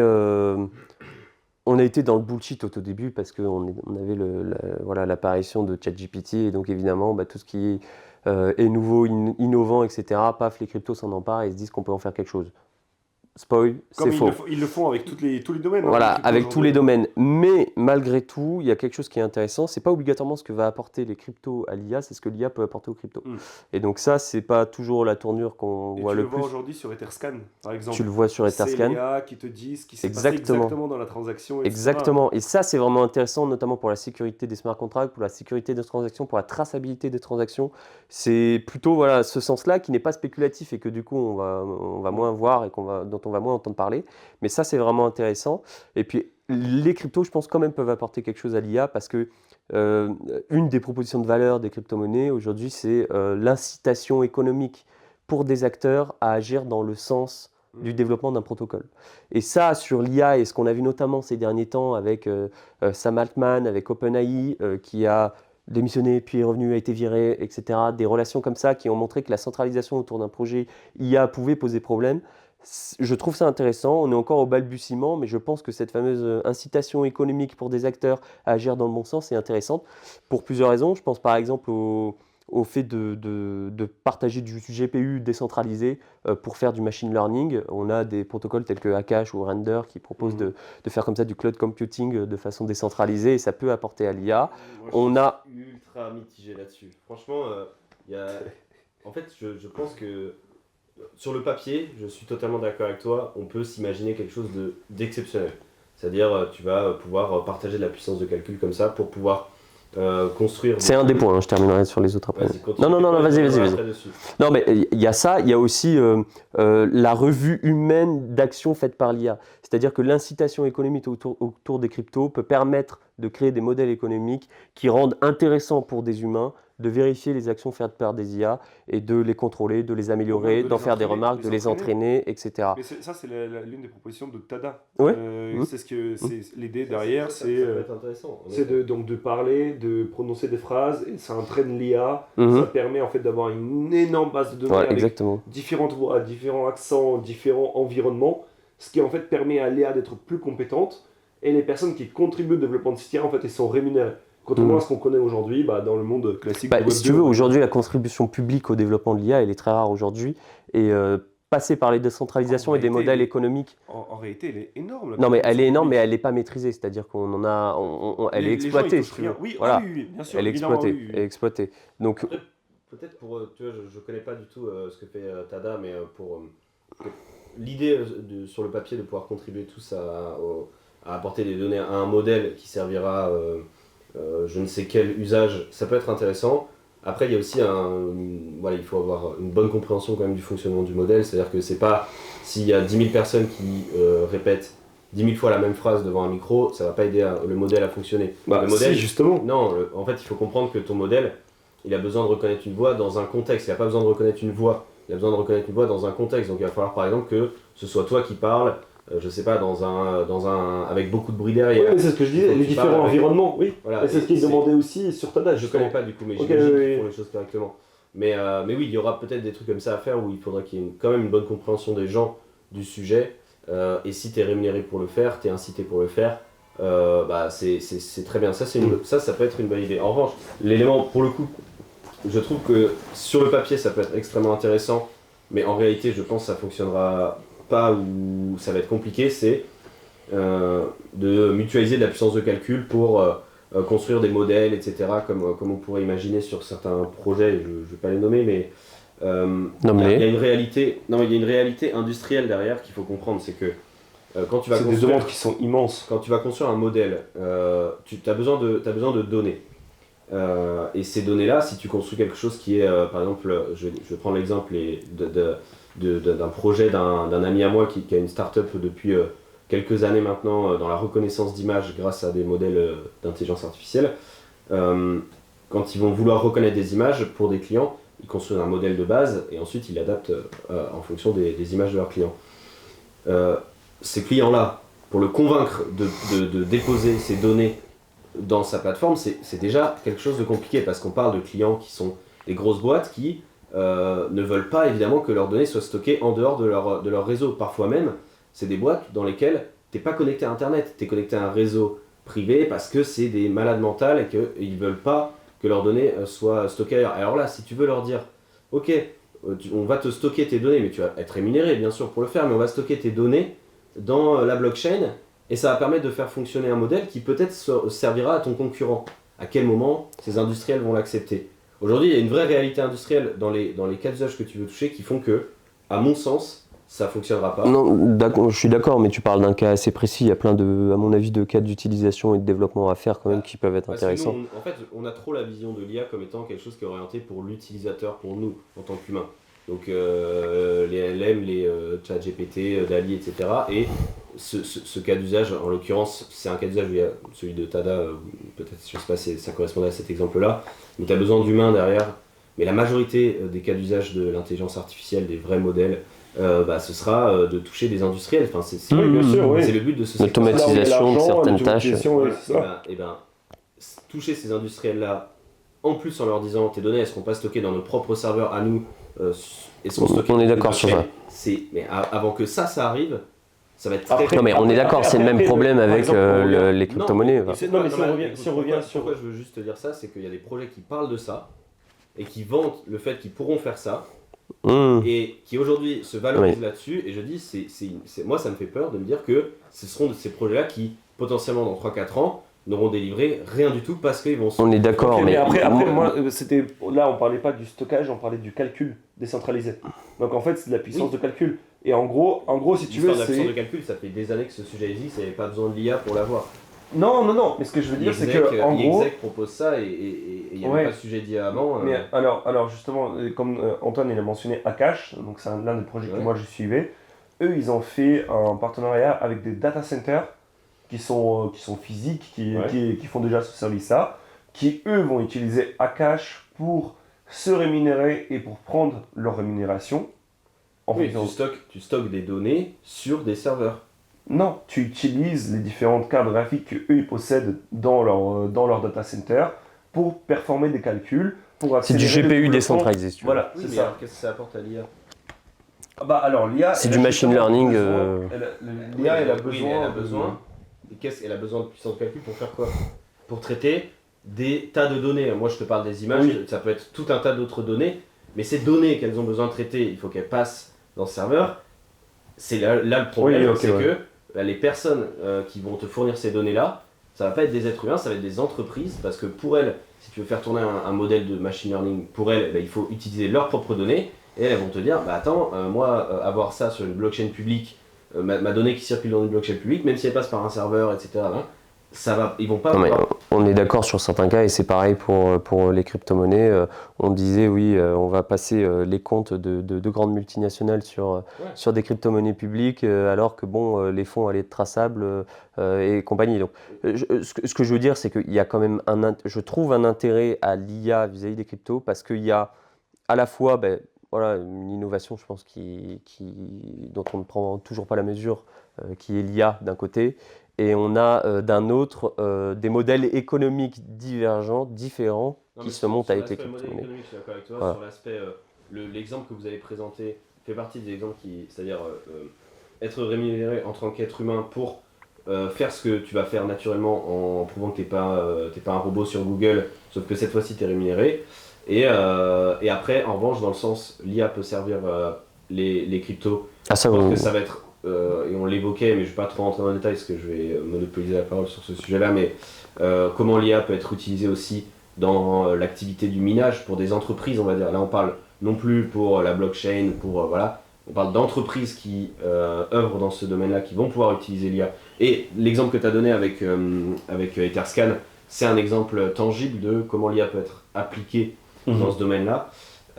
Mais juste moi ce que je veux dire, et à tous les secteurs d'ailleurs. Aujourd'hui de qu'est-ce que l'IA, c'est-à-dire que je crois que je sais plus si on en a parlé l'autre jour ensemble, mais j'avais un ami qui me disait de l'extérieur, ChatGPT ça a été pour l'IA ce que les NFT ont été pour les cryptos. C'est-à-dire que l'IA c'est un domaine qui existait depuis un bon moment, et d'un coup tout le monde a eu connaissance de ça parce que ChatGPT. Tout le monde s'est dit ok, l'IA c'est quoi, ça a touché tout le monde. C'est un truc, tu lui dis ça, il va te faire ça. Non mais l'IA ça a des dizaines d'années, mais c'est... En fait, ChatGPT ça a démocratisé l'IA dans la société. Ça a démocratisé, mais pas forcément, enfin dans un bon sens oui, mais pour certains ça leur a donné pas une mauvaise image, mais une image erronée de ce que c'est. Limitée, et aujourd'hui en fait je trouve qu'il y a, quand on dit projet IA crypto, si tu regardes vraiment, t'en as 95%, enfin une bonne majorité c'est en fait une mauvaise compréhension de l'IA. C'est juste, allez, on va mixer correctement les termes blockchain, crypto, IA, en faisant un truc un peu complexe mais quand même accessible au public. En fait, derrière, tu dis, qu'est-ce que vous faites concrètement? Rien de nouveau, quoi, rien de super intéressant. Je suis d'accord avec toi, c'est ce que je disais dans le sens où je disais que aujourd'hui on était au balbutiement et qu'on avait 99% qui étaient achetés très probablement. Mais je trouve quand même que il y a quelque chose derrière et que dans les années à venir on pourra avoir des convergences qui sont intéressantes. De mon côté en tout cas. Donc on a fait l'IA. Toi, moi je vais parler des meme coins en rapidité. Je pense que ça fait partie de la culture crypto. Je pense que les gens ils ont compris que c'était là pour rester. Je pense qu'il y a 99,99999% c'est de la merde. Ceux qui vont réussir, c'est ceux qui auront créé une communauté, c'est ceux qui auront fait un launch qui intéresse plus de gens, c'est ceux qui ont une bonne communauté marketing, une bonne équipe de marketing derrière. Ensuite, on va avoir de plus en plus d'outils qui permettent de déployer des shitcoins en no-code et qui permettent aux gens de spéculer dessus. La réalité, c'est qu'aujourd'hui, une grosse partie des cryptos, c'est du casino. Les gens, ils ont envie. Donc, il y aura toujours du casino, il y aura toujours des gens pour parier là-dessus. sur toutes ces conneries. Personnellement, je regarde ça de très loin parce que je me dis c'est énormément de temps et en fait j'ai du temps à passer ailleurs. C'est tout con, hein, mais c'est juste une question de priorité pour moi. Est-ce que ça va continuer en 2024? Je pense que oui. Notamment avec l'émergence des bots de trading, comme j'ai dit, des plateformes no-code qui vont déployer leurs propres tokens, qui va permettre de générer des bénéfices sur les shitcoins qui sont déployés, par exemple, via leur plateforme. Tout ça, pour moi, ça serait pas déconnant. Pour finir là-dessus, je pense que, comme ça fait partie de la culture crypto, et comme il y en a des milliers qui sont créés tous les jours aujourd'hui, parce qu'on parle de 20 000 crypto-monnaies, mais en réalité, il y en a beaucoup, beaucoup, beaucoup, beaucoup plus. Millions, sur plein de blockchains, sur plein de réseaux différents. Je pense que ça va continuer. Il y aura toujours des gens pour parier là-dessus, il y aura toujours des gens pour jouer au casino. Donc à partir de là, voilà, moi c'est ma prévision pour l'année prochaine. Ok. Moi j'étais censé parler de la tendance... RWAs. Alors moi j'avais pas forcément envie de parler que des RWA, j'aurais bien parlé des Ordinals. Mais tu peux faire les deux. Non, sur Ordinals, pour le coup, je me suis vraiment intéressé à ce qu'était derrière ce projet. Donc la théorie, la Ordinal Theory et les inscriptions, le fonctionnement vraiment des inscriptions. Et je me suis vraiment rendu compte à quel point c'était assez exceptionnel et de voir le travail de fou qui a été fait derrière par ce développeur pour construire ce protocole qui a pris quand même plus d'une année à être construit. En fait, finalement, je pense qu'il a démarré à peu près au moment de la mise à jour Taproot, qui lui a donné cette idée-là. Et son idée initiale, hein, c'était absolument pas de construire des NFT, en tout cas, bon, lui il appelle ça des digital artifacts, mais il n'avait pas forcément prévu qu'on allait retrouver des collections de NFT, des trucs vraiment aussi fous que ça, et les tokens BRC20, donc une autre personne qui n'est pas lui, qui a proposé cette création-là, donc qui repose sur le protocole Ordinals la possibilité de créer des tokens avec des fonctions qui sont ultra basiques, hein, c'est mint, échanger, transférer, je crois, mint, deploy, transfert. Donc voilà, il y a 3 fonctions, c'est ultra basique. Donc ces tokens-là aujourd'hui, fondamentalement, on ne sait pas à quoi ils servent. Hein. Ordi, le token ORDI qui est listé sur Binance, est le premier de ces tokens BRC20. Aujourd'hui, il est capitalisé plus d'1 milliard de dollars, il a atteint plus de 60 dollars récemment. Voilà, petit élément, il n'a pas été lancé par Kazuhiro Darmor, donc le fondateur d'Ordinals, ça n'a rien à voir, ni par celui qui a créé la norme BRC20, c'est je crois, une initiative d'un inconnu. Donc voilà, initialement cette tendance-là, ces BRC20, c'était pas dans l'idée de Kazuhiro Darmor, c'est pour ça qu'il s'est dissocié du projet.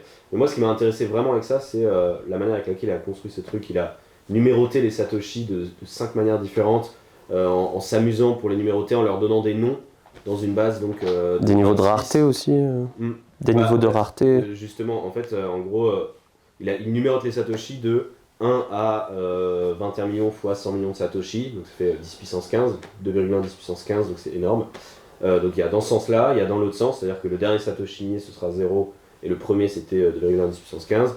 Après, il a décidé de numéroter d'une autre manière, c'est-à-dire il compte les blocs, puis la position du Satoshi dans les blocs, puis ensuite les halvings, les blocs, la position. Il a vraiment fait un truc qui permet aujourd'hui de savoir n'importe quel Satoshi, d'où est-ce qu'il provient. C'est quand même fou de pas présent avant. C'est quand même fou de se dire que 1/100 millionième d'un Bitcoin, c'est plus rare que la plupart des collections de NFT sur Ether, parce qu'ils ont le même token ID. J'ai pas compris ce que tu voulais dire. En gros, il y a plein de collections NFT où en fait, peu importe le niveau de rareté de ton NFT, qu'il y ait une cigarette, une moustache, un chapeau, peu importe. En fait, ce sera le même token ID, donc le même numéro de token, ce qui fait qu'en fait, tu auras les mêmes droits, tu auras tout qui sera exactement pareil, et toutes les données sont stockées en dehors de la blockchain, toutes les métadonnées. Et en fait, c'est là que tu te rends compte qu'en fait, avec les Satoshi et cette façon de les numéroter, de leur attribuer quelque chose en particulier, ça les rend plus non fongibles. Ah bah tout est on-chain. En fait, c'est autre chose, c'est... je veux bien en parler, je finis juste sur le côté de la numérotation, que je trouve assez dingue, c'est que la dernière numérotation qu'il a proposée, c'est celle de convertir donc, ce numéro qu'a le Satoshi dans l'ordre du moment où il a été miné, dans une base de 26, donc avec les 26 lettres de l'alphabet, Donc quand tu convertis ça, ça te donne une espèce de code, enfin un nom quoi, en fait, avec des lettres au hasard. Et à partir de là, il se crée des choses assez spectaculaires. C'est-à-dire que déjà, tu as des palindromes. C'est-à-dire que ce nom, il peut se lire dans les deux sens, même si c'est qu'une suite de lettres qui n'a aucun sens. S'il est parfaitement symétrique, ça donne un palindrome. Et ça donne des satoshi qui sont dits exotiques. Mais si tu vas encore plus loin, dans les tout derniers satoshi, comme les chiffres seront beaucoup plus faibles, donc on sera peut-être sur les 100 000 derniers satoshi, ou les 1 million derniers satoshi, j'en sais rien, ou 100 millions peut-être, ça donnera des trucs qui sont plus sympas, des noms qui sont plus sympas. Et d'ailleurs, le fondateur Casey Rodarmor, il a estimé que d'ici 40 ans, le satoshi qui porte le nom Rodarmor sera miné. Mais comme il y a 2,10 puissance 15 satoshi qui vont être minés, il y a une probabilité énorme qu'il y ait des satoshi qui portent votre nom qui seront minés. Et en fait, il a créé ça qui n'a aucun intérêt, qui est juste beau. Et je trouve que c'est dans l'âme de Bitcoin il y a une beauté en fait dans le protocole Bitcoin de manière générale. Et ça vient la renforcer encore en se disant on va regarder un petit peu les satoshi d'où ils viennent, on va les caractériser, etc. Et donc il y a les rares satoshi, il y a les exotiques satoshi, je vais pas rentrer dans le détail. Mais au niveau des NFT, de ce que tu disais, là c'est dans le fonctionnement, sur Ethereum par exemple, en 2 mots sur le sujet des NFT, il y a des collections qui sont full on-chain, c'est-à-dire que les métadonnées de votre NFT, dans les métadonnées c'est pas un lien qui redirige vers un Google Drive ou un IPFS ou un Dropbox dans lequel il y a l'image. Et qu'est-ce que ça veut dire ? Ça veut dire que le créateur de la collection il peut décider de changer l'image derrière, et vous avez peut-être une autre image ou plus rien du tout, votre NFT il vaut plus rien. Il y a des collections sur Ethereum, oui, dans les métadonnées, les images sont stockées dans la blockchain, mais ça coûte des dizaines d'Ethers à faire. Ça demande beaucoup de poids. C'est énorme. Donc évidemment ça se faisait pas parce que on s'est dit en fait il n'y a pas d'intérêt à faire ça comme ça, les gens de toute manière ils achètent les NFT quand même. Mais en revanche sur Bitcoin c'est natif, c'est-à-dire que votre donnée elle est stockée dans une c'est-à-dire que quand vous allez faire une transaction sur Bitcoin, grâce aux mises à jour récentes de Bitcoin, vous allez stocker de la donnée, vous avez jusqu'à 4 MB qui peuvent être stockés dans la transaction. Et donc, une fois que la transaction est validée, le protocole ordinal va faire en sorte que cette donnée que vous avez passée dans la transaction va être associée à un Satoshi, mais elle est inscrite dans la blockchain, et donc elle est stockée là, et vous ne pouvez plus l'enlever. Et c'est ça qui est assez cool, je trouve. Donc, au niveau des NFT, il y a un vrai truc intéressant, je pense, et on est en train de le voir avec des grosses maisons d'enchères, etc., qui s'intéressent aux NFT sur Bitcoin parce que ils ont fait cette semaine. Ouais. Ensuite, il y a les NFT, je trouve qu'il y aura un truc ultra intéressant. Je suis pas fan de base des NFT, mais il y aura un truc ultra intéressant de ce côté-là. Il y a le côté des Satoshi aussi, donc les rarsats, etc., où il y a eu un rarsat, donc un qui a été le premier miné, je crois, après un ajustement de la difficulté de minage. Donc ça, il y en a une fois toutes les 15 jours, donc il y en a à peu près 300 qui ont été aujourd'hui des Satoshi qui ont cette caractéristique-là, qui existe, qui a été vendu pour 3,5 BTC, donc ça c'est encore autre chose, mais c'est quand même assez joli. Pour l'instant les BRC20, je sais absolument pas à quoi ça va servir, je sais qu'il y a des projets qui veulent permettre de bridge vers Ethereum, et donc donner une certaine utilité à ces tokens, je sais pas si ça arrivera ou pas, si ça fonctionnera, etc. Mais je trouve que voilà, du côté de ces digital artifacts, il y a vraiment des trucs trop beaux qui se font, et le protocole en lui-même je le trouve vraiment beau, et juste pour terminer en 2 mots, le côté débat qu'il y a au sein des bitcoiners, à savoir Bitcoin doit avoir un seul et unique rôle qui est celui d'un rôle monétaire, et donc là faire ça, le faire devenir une base de données, c'est pas bien. Moi je suis pas d'accord avec ça, je me dis que y a un esprit de on fait ce qu'on veut de Bitcoin, et je trouve que ça glorifie Bitcoin, même si certains l'utilisent à mauvais escient. Ça rend Bitcoin encore plus beau. C'est un protocole ouvert et il respecte les règles. Ouais. Donc, et c'est ça en fait qu'il faut préciser, c'est que à l'inverse de ce que peut dire Luc Dasher, qui est un des éminents développeurs de Bitcoin Core, qui aujourd'hui a développé son propre logiciel Bitcoin Knots, qui bosse aussi avec Jack Dorsey sur Ocean Mining, donc pool de minage et tout. Quelqu'un qui est quand même assez important. Pour lui, c'est issu d'un bug de Bitcoin, il profite d'un bug. Je suis désolé. Ils attaquent la blockchain Bitcoin qui la pollue.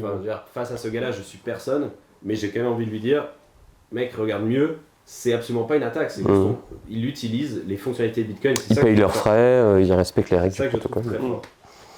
Voilà. Pour finir sur la dernière narrative, c'est les RWAs, les Real World Assets, la tokenisation, toutes ces choses-là. D'actifs réels. Voilà. Est-ce que vous avez un avis particulier là-dessus ? Est-ce que vous pensez que ça allait perdurer ? Parce que, en fait, il faut quand même se rendre compte qu'aujourd'hui, le projet qui a le plus réussi avec les RWAs, c'est Tether. C'est l'USDT. En réalité, ils ont tokenisé le dollar. Ouais. Donc aujourd'hui, on parle d'immobilier.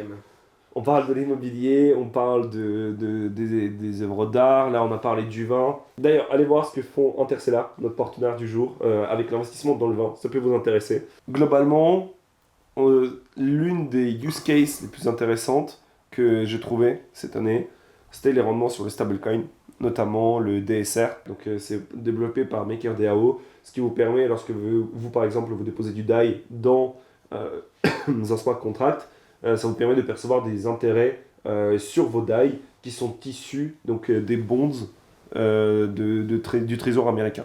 Donc en gros, vous percevez ce rendement grâce aux taux directeurs qui sont en ce moment très très hauts. Et c'est ce qui permet aujourd'hui aux gens de bénéficier de ça. Coinbase, ils l'ont fait avec l'USDC sur le site. Tether, ils se sont dit, bon, on va tout prendre pour nous, bénef. On a AG Euro qui le font également aujourd'hui, donc Angle Protocol et Pablo qu'on embrasse, qui sont les builders français aujourd'hui. Globalement, est-ce que ça va continuer? Est-ce que c'est une tendance qui va perdurer? Est-ce que ce n'était qu'un seul temps? Là, je pense que j'ai un peu la même thèse sur cette chose-là que sur le gaming. Ça veut dire que l'intégration de NFT dans le gaming va passer par les grosses boîtes, les boîtes qui sont déjà établies et qui se lancent dans cette technologie, qui veulent faire un test à travers cette technologie. En tout cas, c'est comme ça que moi je le perçois. Je ne verrai pas une petite start-up réussir à tokeniser tous les immeubles du monde ou proposer des investissements tokenisés sur énormément de bâtiments ou de choses lucratives. Encore une fois, je parle de l'immobilier, mais ça peut être des actions, ça peut être des obligations, ça peut être n'importe quoi. Donc, en tout cas, moi, c'est ma vision. Ma vision, c'est aujourd'hui, on n'aura pas de RWA avant qu'il y ait un géant qui se lance là-dedans. Bah, en fait, moi, je suis pas d'accord dans le sens où les RWA, c'est... En fait, pourquoi est-ce qu'on en parle beaucoup maintenant? C'est parce qu'il y a eu des études qui ont été faites par Boston Consulting Group et relayées par JP Morgan, qui disait d'ici 2030, le secteur de la tokenisation d'actifs du monde réel, donc RWA, c'est un secteur qui pèsera plusieurs milliers de milliards de dollars qui seront tokenisés, donc représentés de manière numérique par le biais d'un token sur la blockchain. Mais avant ça, les gars, il y avait déjà des trucs. Il y avait déjà, en France, on prend l'exemple de Realty, ça existait déjà avant ça, mais tu as des entreprises, tu parlais de tokeniser, je crois, des investissements dans des boîtes. Tu as Goldfinch aux États-Unis qui tokenise de la dette donc, d'une entreprise, et ça fonctionne très bien. Il y a plusieurs, je crois qu'ils sont à plusieurs dizaines de millions de prêts tokenisés. Donc il y a déjà des schémas qui fonctionnent, et à mon avis, une startup pourra aujourd'hui construire quelque chose d'intéressant à partir du moment où en fait, cette startup, et là je fais un pont vers, je pense, ce que voulait dire Antoine, à partir du moment où cette startup-là, en dehors du monde de la blockchain, les acteurs de cette startup-là ont des connexions avec le secteur dans lequel ils vont évoluer. Et je vais donner un exemple d'un projet qui est incubé à Cube3, donc l'incubateur qui a été lancé par Valentin Demey, qui est un de mes collègues de Cryptos pour ceux qui nous écoutent, incubateur accélérateur de startups. Parmi les startups qui sont dans cet accélérateur, il y a une startup qui s'appelle Dogo, qui propose de tokeniser des énergies renouvelables. Et c'est un projet que je trouve assez intéressant, et les personnes qui sont derrière ça ont déjà des connexions aujourd'hui dans ce domaine-là, qui vont leur permettre d'aller se rapprocher de parcs éoliens ou de parcs solaires pour leur dire vous allez lever 1 million par exemple, on va vous accompagner à le faire sur notre plateforme, et ces 1 million qui vont être levés, ils vont être représentés sous la forme de tokens, et ces tokens là ils vont pouvoir être achetés par des investisseurs. Et derrière, qu'est-ce qu'il y a concrètement? Il y a des outils d'IoT qui vont être connectés sur le parc, qui vont te permettre de voir combien tu produis continuellement d'énergie, et ton token il va être associé à de l'énergie, et donc adossé non pas à un marché j'en sais rien, qui est basé sur l'offre et la demande, mais adossé au marché de l'énergie, au prix de l'énergie. Donc, bref, je résume très, très rapidement, mais tu vois, c'est une petite start-up, mais comme c'est un domaine qui mixe quand même le monde réel, si tu as des connexions et que tu es capable de ramener des gros trucs, tu peux faire quelque chose de super intéressant. Et je pense qu'il y aura plein de petites initiatives comme ça qui seront vraiment intéressantes, et il n'y aura pas besoin d'avoir un grand groupe qui va venir dire ok, je tokenise. Non, ce que moi j'entends par là, c'est la grande adoption. Ça veut dire qu'aujourd'hui, Et c'est le projet que tu m'as expliqué, donc Dogo, qui est un projet qui est ultra intéressant. Ouais. Mais de l'autre côté, je trouve que aujourd'hui, pour permettre l'investissement tokenisé, il faut qu'il y ait déjà une base qui est solide, donc de clients, que l'établissement soit déjà établi depuis plusieurs années, pour que les personnes puissent investir dedans sans forcément être à l'aise avec tous les outils Web3. Alors, moi, du coup, je vais te dire un autre truc. Pour moi, c'est pas une question de grosse boîte ou quoi. C'est une question de. Et je crois qu'on l'a déjà évoqué ensemble dans un média merge, c'est quels sont les freins aujourd'hui à l'adoption. C'est-à-dire que cet outil-là d'investissement, moi, je le trouve intéressant, mais ça me vise pas moi directement. C'est-à-dire que j'investirai pas là-dedans, dans le sens où j'ai un profil de risque qui est plus important, donc je préfère investir dans du Bitcoin. Mais mon père, par exemple, serait intéressé pour investir là-dedans. Problème, mon père incapable d'avoir un MetaMask. Et c'est normal, je veux dire, ça me semble être pour lui trop complexe. Un des éléments aujourd'hui, dont on n'a pas parlé aujourd'hui, là, vraiment dans ce médiaverse, c'est l'account abstraction. Ouais. C'est une manière de dire, à partir de... Enfin, il y a des projets super intéressants qui planchent là-dessus depuis des années, c'est de pouvoir dire, t'as pas le besoin d'avoir un MetaMask. Tu peux... en fait, ta clé privée est stockée d'une manière un petit peu différente, via par exemple de la reconnaissance faciale, etc. Enfin, il y a tout un système qui fait que toute la partie technique est cachée, et toi tu vois quoi? Tu vois juste un Face ID, t'es connecté, et tu sais pas derrière que en fait tes thunes elles sont sur la blockchain, ou pas réellement en tout cas, t'as pas la contrainte technique. Donc moi je pense que cette barrière là elle va finir par sauter à un moment donné. Il y a quand même une question de confiance, d'avoir un besoin, c'est sûr, de pas investir dans une plateforme où il y a un bien, c'est un risque quand même, c'est sûr qu'il y en a plus, il y a aussi plus de liquidité. Mais je pense que tu voulais éventuellement à mon avis donner un avis aussi sur cet aspect-là des entreprises. Je m'en mets avec ma gueule. Mais non, mais c'est évidemment quelque chose d'intéressant et ça a rythmé l'année 2023 et il n'y a pas de raison que ça s'arrête maintenant. Et on voit aussi que c'est quelque chose qui intéresse particulièrement les institutionnels, ce qui n'est pas le cas de toutes les narratives au sein de l'écosystème crypto. Et donc ça, c'est ce qui différencie un peu le reste et qui risque de permettre un développement beaucoup plus rapide de cette narrative-là par rapport au reste. Mais donc moi je vois beaucoup de choses d'intéressantes et je pense qu'il y aura beaucoup de transmissions de valeur qui passeront par des blockchains à l'avenir, sans que ce soit crypto-monnaie au sens d'une narrative de décentralisation, etc. Tout simplement parce que c'est des outils de transmission de valeur qui sont parfois meilleurs que ce qui existe aujourd'hui. De changer la base. Voilà, et on enlève des tiers, alors on en rajoute aussi, mais on enlève des tiers, des chambres de compensation, des organismes centralisés, pour en remettre d'autres. Donc c'est un petit peu la transition en effet. De base, ils sont tous là, t'en enlèves certains. Voilà, t'en enlèves certains, t'as d'accord. Mais il y en a qui vont naître pour exploiter ça et ce sont des acteurs centralisés. C'est ça que je voulais dire, mais t'en remets pas d'autres. C'est des acteurs qui existent en effet déjà. Mais donc c'est là où il y a un petit peu, il faut avoir conscience de la différence de risque qu'on peut avoir entre certaines propositions de valeur au sein de l'écosystème crypto et ce que seront les real world assets. C'est qu'on va revenir à des actifs qui seront centralisés dans le sens... on aura besoin de faire confiance à des organes centralisés en grande partie. Il y aura potentiellement des risques de liquidité liés aussi au type d'actifs qu'on va mettre sur blockchain et des risques de sécurité parce qu'il y aura ces fameux acteurs centralisés. Après, donc, tu vois, moi je trouve qu'il ne faut pas pousser trop loin cette idée de on enlève tous les intermédiaires de confiance. Ah non, mais je suis d'accord. Non, mais je dis juste qu'il faut avoir conscience de la différence de proposition de valeur. Je pense que c'est pas un élément où on doit se dire oulala, attention, on rajoute un intermédiaire de confiance. On oublie. Il faut se dire que à Surfing Bitcoin, on en avait discuté, je me souviens, avec quelqu'un qui est pourtant un pro-Bitcoin, etc., qui disait les banques de campagne, on ne veut pas les faire sauter. C'est pas, le but de Bitcoin, c'est pas de remplacer ça. Il y aura toujours besoin d'un intermédiaire, de quelqu'un de tangible en face, qui connaît son métier, etc. Là, quand on parle de tokeniser de l'énergie, par exemple, ou tokeniser de l'immobilier, parce que c'est le cas le plus concret, moi aujourd'hui, j'y connais rien en immobilier, je serais incapable de te dire si ce bien ou ce bien-là, lequel des trois est le plus intéressant pour investir. Et donc je suis content de pouvoir faire confiance dans une entité qui sera capable de faire ce choix-là pour moi.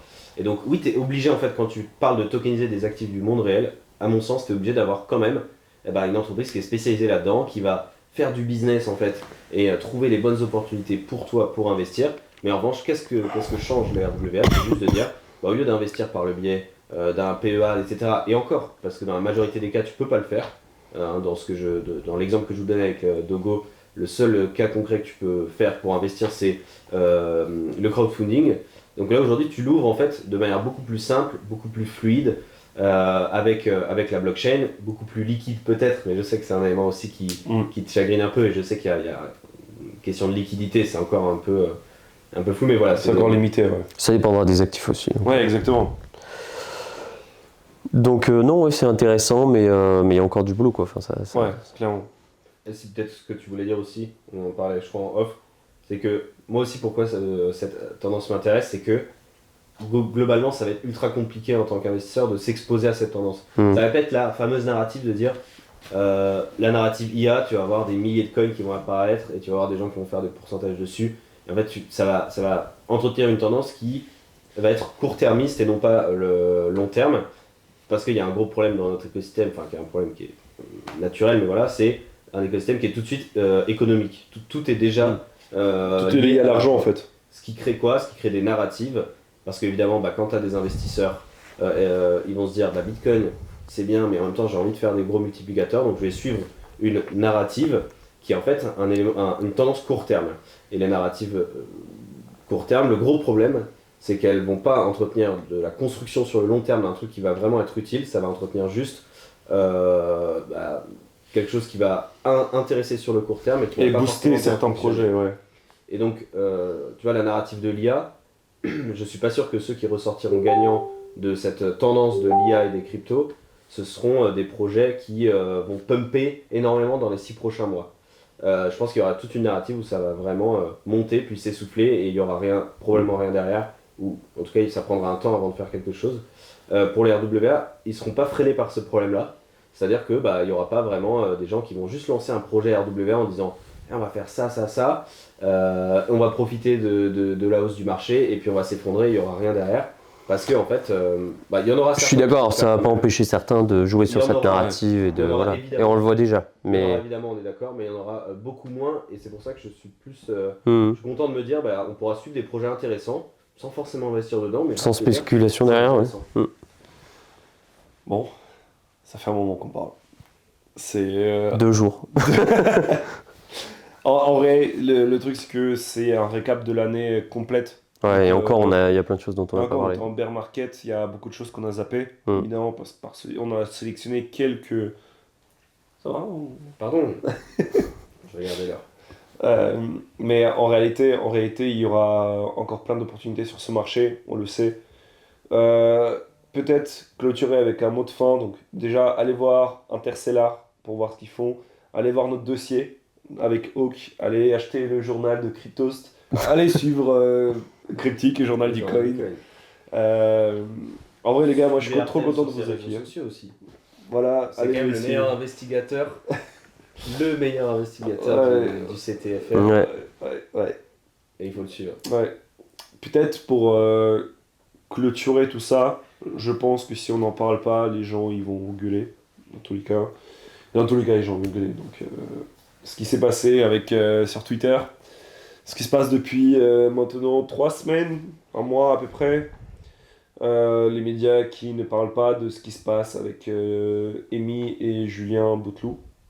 Pour le coup, pour revenir sur ce qui est reproché aux médias, c'est ok, les gars, vous parlez pas de ce que Amy a partagé. Donc, pour ceux qui ne savent pas l'histoire, désolé. Mais vous parlez pas de ce qu'Amy a partagé, vous relayez pas. Pourquoi vous faites pas ça? Pourquoi vous faites pas ci? Pourquoi il n'y a pas eu de thread? Pourquoi il n'y a pas eu de soutien? Pourquoi est-ce que vous protégez les vôtres?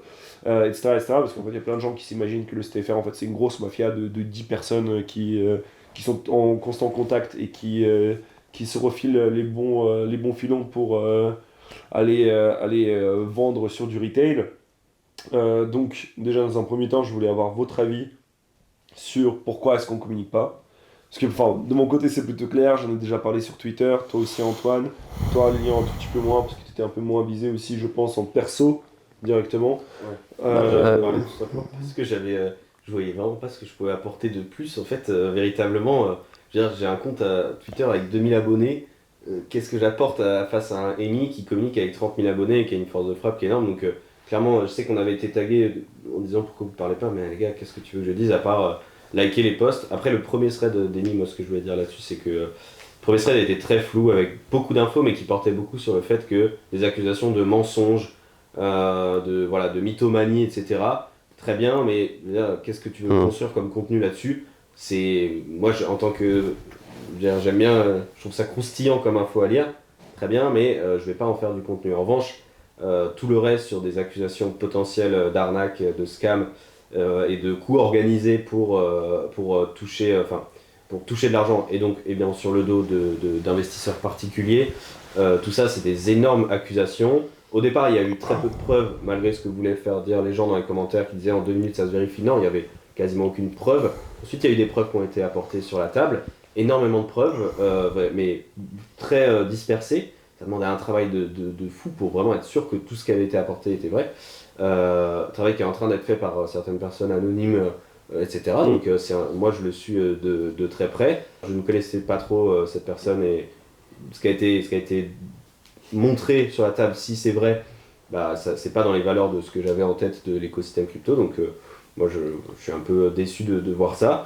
Mais pourquoi est-ce qu'on ne communique pas? Bah aussi parce que on a déjà des procès sur le dos pour avoir communiqué et on a déjà dépensé plusieurs dizaines de milliers d'euros pour avoir communiqué, pour être allé dans ce genre de trucs là, avoir dit des trucs et même si on avait totalement raison à l'époque, bah, on est en procès pour ça. Donc franchement maintenant on a une règle en tête, c'est tant qu'il n'y a pas d'infos officielles de la part d'un tribunal ou quoi que ce soit, typiquement ce qui s'est passé avec CZ ou avec SBF, bah, c'était sous le coup de la loi. Là, bah, malheureusement, on est obligé de se taire tout simplement parce que les gars, ça coûte cher pour un média comme nous qui gagnons pas non plus des milliers d'euros. Oui, puis on a un on a un devoir de réserve et de respect du principe de présomption d'innocence aussi, qui demande du coup pour être rompu d'être jugé. Donc on n'est pas juge, nous en tant que média, on couvre l'actualité. On peut mener des enquêtes et on l'a fait. Ça nous a, comme tu le dis, souvent coûté cher alors même qu'on avait raison.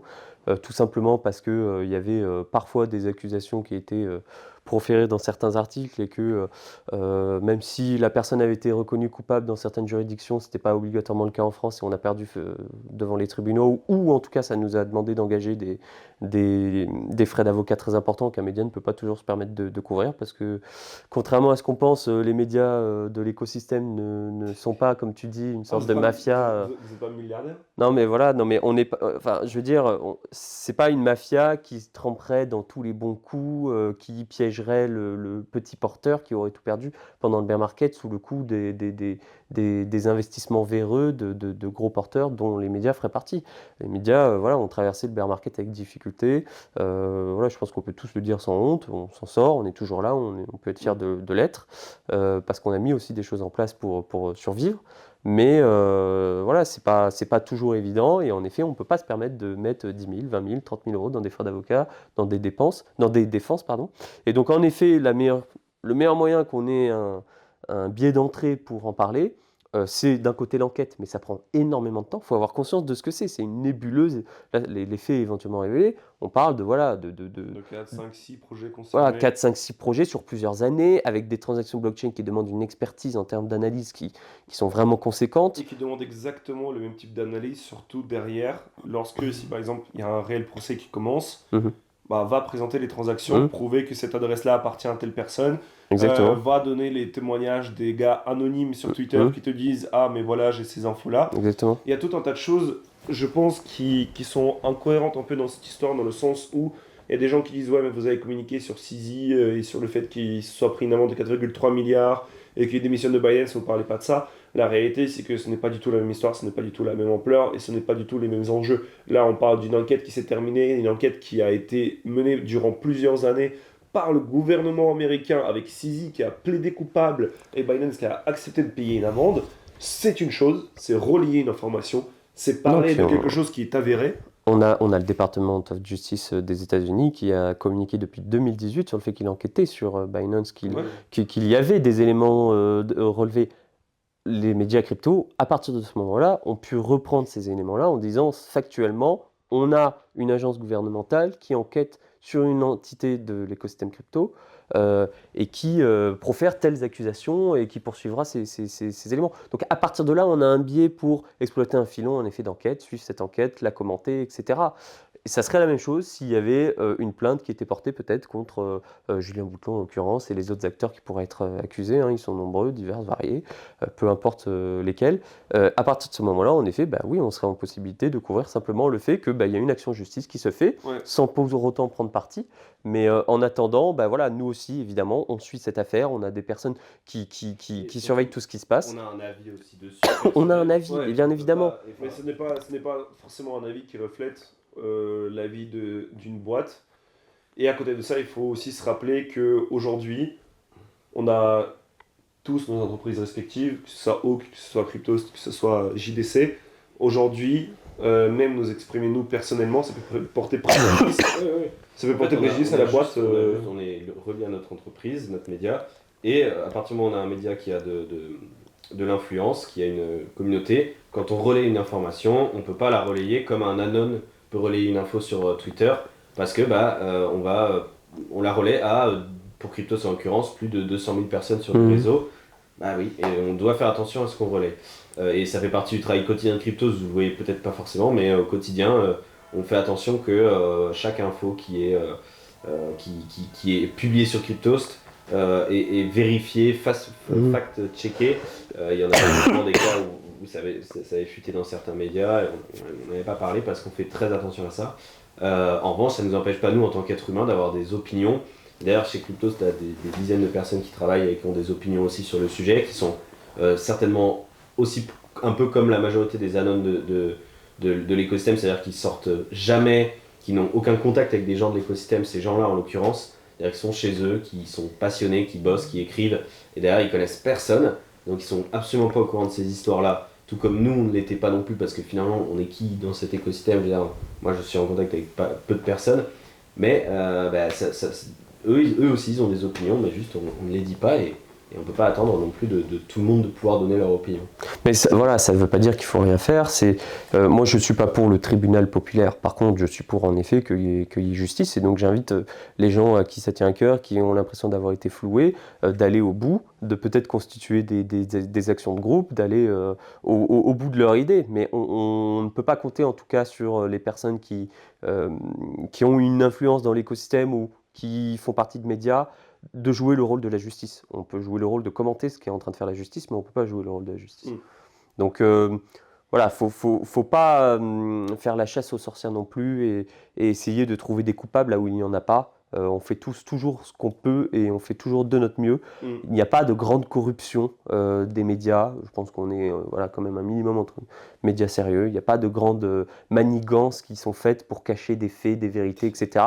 On serait les premiers à être là, à commenter des sanctions, des enquêtes, etc., avec des faits qu'on peut vérifier, qu'on peut prouver, et sur lesquels on peut s'assurer de protéger à la fois l'avenir du média et l'intégrité de notre information. Donc voilà, je pense qu'on est... en fait, je savais qu'on avait besoin de faire ce point, je savais que c'était le moment aussi de fin d'année pour un peu mettre les points sur les i, pour finir avec cette histoire. On va commencer à clôturer cette vidéo, parce que ça fait vraiment un moment qu'on est là. La réalité, ça fait quoi, 3h30 qu'on tourne ? À peu près, ouais. Ouais, à peu près. Avec différents coupages. Différents problèmes de caméra, de micro, etc. Déjà, avant de faire un mot de fin, on vous invite à suivre les 3 médias qui s'affichent juste au-dessus de nos têtes actuellement. Allez voir ce que font Interstellar, c'est des bons amis et surtout... Ils ont accepté les sponsors parce qu'on a juste bu du vin avant et ça les a fait kiffer le fait de nous soutenir, donc c'est assez cool. Et puis allez regarder le dossier de Hawk qui se trouve également dans la description. Et maintenant, mot de fin. Mot de fin, déjà merci pour l'invitation, comme d'habitude c'est très cool. Bienvenue chez moi d'ailleurs. Bienvenue chez toi, et on n'a pas le dernier acolyte Picsou pour cette dernière, d'habitude il est là, ce qui fait du coup que l'émission était bien meilleure. Non, du coup merci beaucoup déjà, toujours un plaisir, j'aurais hâte de voir notre prochaine édition parce que je pense qu'il se passera encore beaucoup de choses d'ici là. Dernier mot, je sais pas, peut-être Voilà, rappeler à tout le monde qu'en fait, une des propositions de valeur de l'écosystème crypto, c'est la responsabilisation de tous, de tout le monde. Et donc, oui, il y a plein de dérives, oui, il y a plein de choses qui vont pas bien, que je suis le premier à dénoncer, franchement, et qui font que parfois j'en viens à douter de l'intérêt de tout ce qu'on suit au quotidien dans ce média. Je pense qu'on a tous nos moments de doute. Je pense qu'il y a tellement de choses qui ne vont pas bien qu'on est obligé de les avoir, ces doutes, mais que on doit tous se responsabiliser. On doit tous, voilà, on parlait des médias juste avant, mais les médias, mais aussi les investisseurs, se dire, ok, ben on me donne un pouvoir qui est celui peut-être de la détention de mes actifs, mais c'est une responsabilité. Et on peut plus être dans un monde non plus où on se retranche sur voilà, la remise de la faute sur quelqu'un d'autre. L'action, au final, elle vient toujours de l'utilisateur. Et donc, voilà, j'invite tout le monde pour voilà, en espérant qu'il y ait un marché qui reprenne un petit peu, et c'est ce qu'on va ces prochaines semaines, de se dire sur cette prochaine phase, allez, cette fois mes décisions, je les prends moi, je les assume et j'irai au bout de ce que j'ai vraiment envie de faire sans compter sur les autres. Bon, moi je compléterai juste en disant que oui, il y a une période qui va arriver potentiellement, qui va être une période d'euphorie assez exceptionnelle, et peut-être que parmi ceux qui nous écoutent, il y a des gens qui ne l'ont pas encore vraiment vécu. Moi, si j'avais un conseil à donner, c'est de faire attention à ce qui va circuler sur les réseaux sociaux. Si vous commencez à suivre ce qui se passe dans les cryptos, vous allez de plus en plus avoir les algos des réseaux, et notamment Twitter, qui vont vous mettre en avant des contenus crypto. Et être submergé par plein d'infos. Vous allez être submergé par ça, votre cerveau va avoir envie d'exploser. Vous allez voir quoi? Vous allez voir beaucoup de gens qui vont vous dire j'ai fait 15 000 balles avec cet airdrop, j'ai fait 100 000 balles sur ce shitcoin, j'ai fait peu importe. Gardez un plan en tête, gardez un plan d'invest en tête, et investissez avec, voilà, comme tu disais, en étant raisonnable, sensé sur votre investissement, et ne soyez pas trop gourmand, parce que comme je voyais circuler des tweets là-dessus ces 2 derniers jours, par moment ça peut être facile de gagner de l'argent. L'année 2023 l'a montré avec la hausse du Bitcoin. En revanche, le conserver, ça c'est autre chose. Tant que vous n'avez pas vendu, c'est juste des chiffres sur votre écran. Voilà, et le marché crypto va vous faire croire, enfin les réseaux sociaux vont vous faire croire à tort qu'il est possible de devenir multimillionnaire avec 10 €, et c'est en vous intéressant trop à ça que vous allez certainement faire les moins bons coups. Donc voilà, buy Bitcoin, DCA, et il n'y a rien de mieux. Et voilà, et merci à toi de nous avoir invités. Un plaisir. Quand même. Et pour finir, je pense que mon mot va se joindre un peu à ce que vous dites. Hein. Et je pense qu'en réalité, dans ce marché, il faut rester curieux. Il faut voir ce qui se passe. Il faut quand même suivre au maximum. Juste, et je pense, c'est ce que je dis la plupart du temps, parce qu'Oxen n'est pas juste un média crypto, mais soyez confortable dans votre investissement. La réalité, c'est ça c'est le plus important, parce que vous soyez en immobilier, en bourse, ou même si vous décidez d'aller en crypto, si vous êtes à l'aise avec le trading de meme coin, bah, c'est que peut-être c'est là que vous allez le plus performer. Si vous n'êtes pas à l'aise avec l'effet de levier, n'allez pas là-dedans pour multiplier vos profits, parce que c'est généralement comme ça qu'on le perd, et j'en suis une preuve vivante pour le coup. Et la réalité, ouais, pour moi, c'est ça. Restez confortable dans votre investissement. Lorsque vous vous sentez plus confortable avec l'argent que vous gagnez, conservez une partie. Parce que tant que ce n'est pas encaissé, tant que ce n'est pas sur votre compte, tant que ce n'est pas en stablecoin ou en dollars ou en euros sur votre compte ou sur votre ledger ou autre, bah ce n'est pas gagné. C'est comme on dit pas vendu, pas perdu, mais pas vendu, pas gagné, c'est également applicable à ça. Et surtout, sachez que le marché aura toujours raison. En fait, c'est tout qu'on va dire, mais on a parlé de la hausse, on a parlé de l'euphorie qu'il y a autour de ça, etc. Mais cette euphorie a aussi une fin. Et c'est pas vous qui allez décider quand cette fin aura lieu, c'est le marché qui va le décider. Et il faut aussi savoir de ne pas tomber amoureux de son investissement. Il faut savoir être rationnel dans ses décisions. Et je pense que moi, c'est le meilleur conseil que je pourrais donner. Parce que moi, j'ai fait cette erreur-là dans mon premier bull run. J'ai hold beaucoup de tokens et qui ont fait des moins 90%, moins des 99%. Je n'avais pas assez vendu, à mon goût en tout cas. Je pense qu'aujourd'hui, il faut être confortable, mais il faut aussi être rationnel. Donc voilà, merci beaucoup et voilà. Merci beaucoup d'avoir regardé les médias Merge et à la prochaine. Au revoir. Ah non, c'est raté. Merde. Au revoir, il a raté. Mec, on aura 0 du partenariat, il va tout aller dans l'arène du monteur. Tout.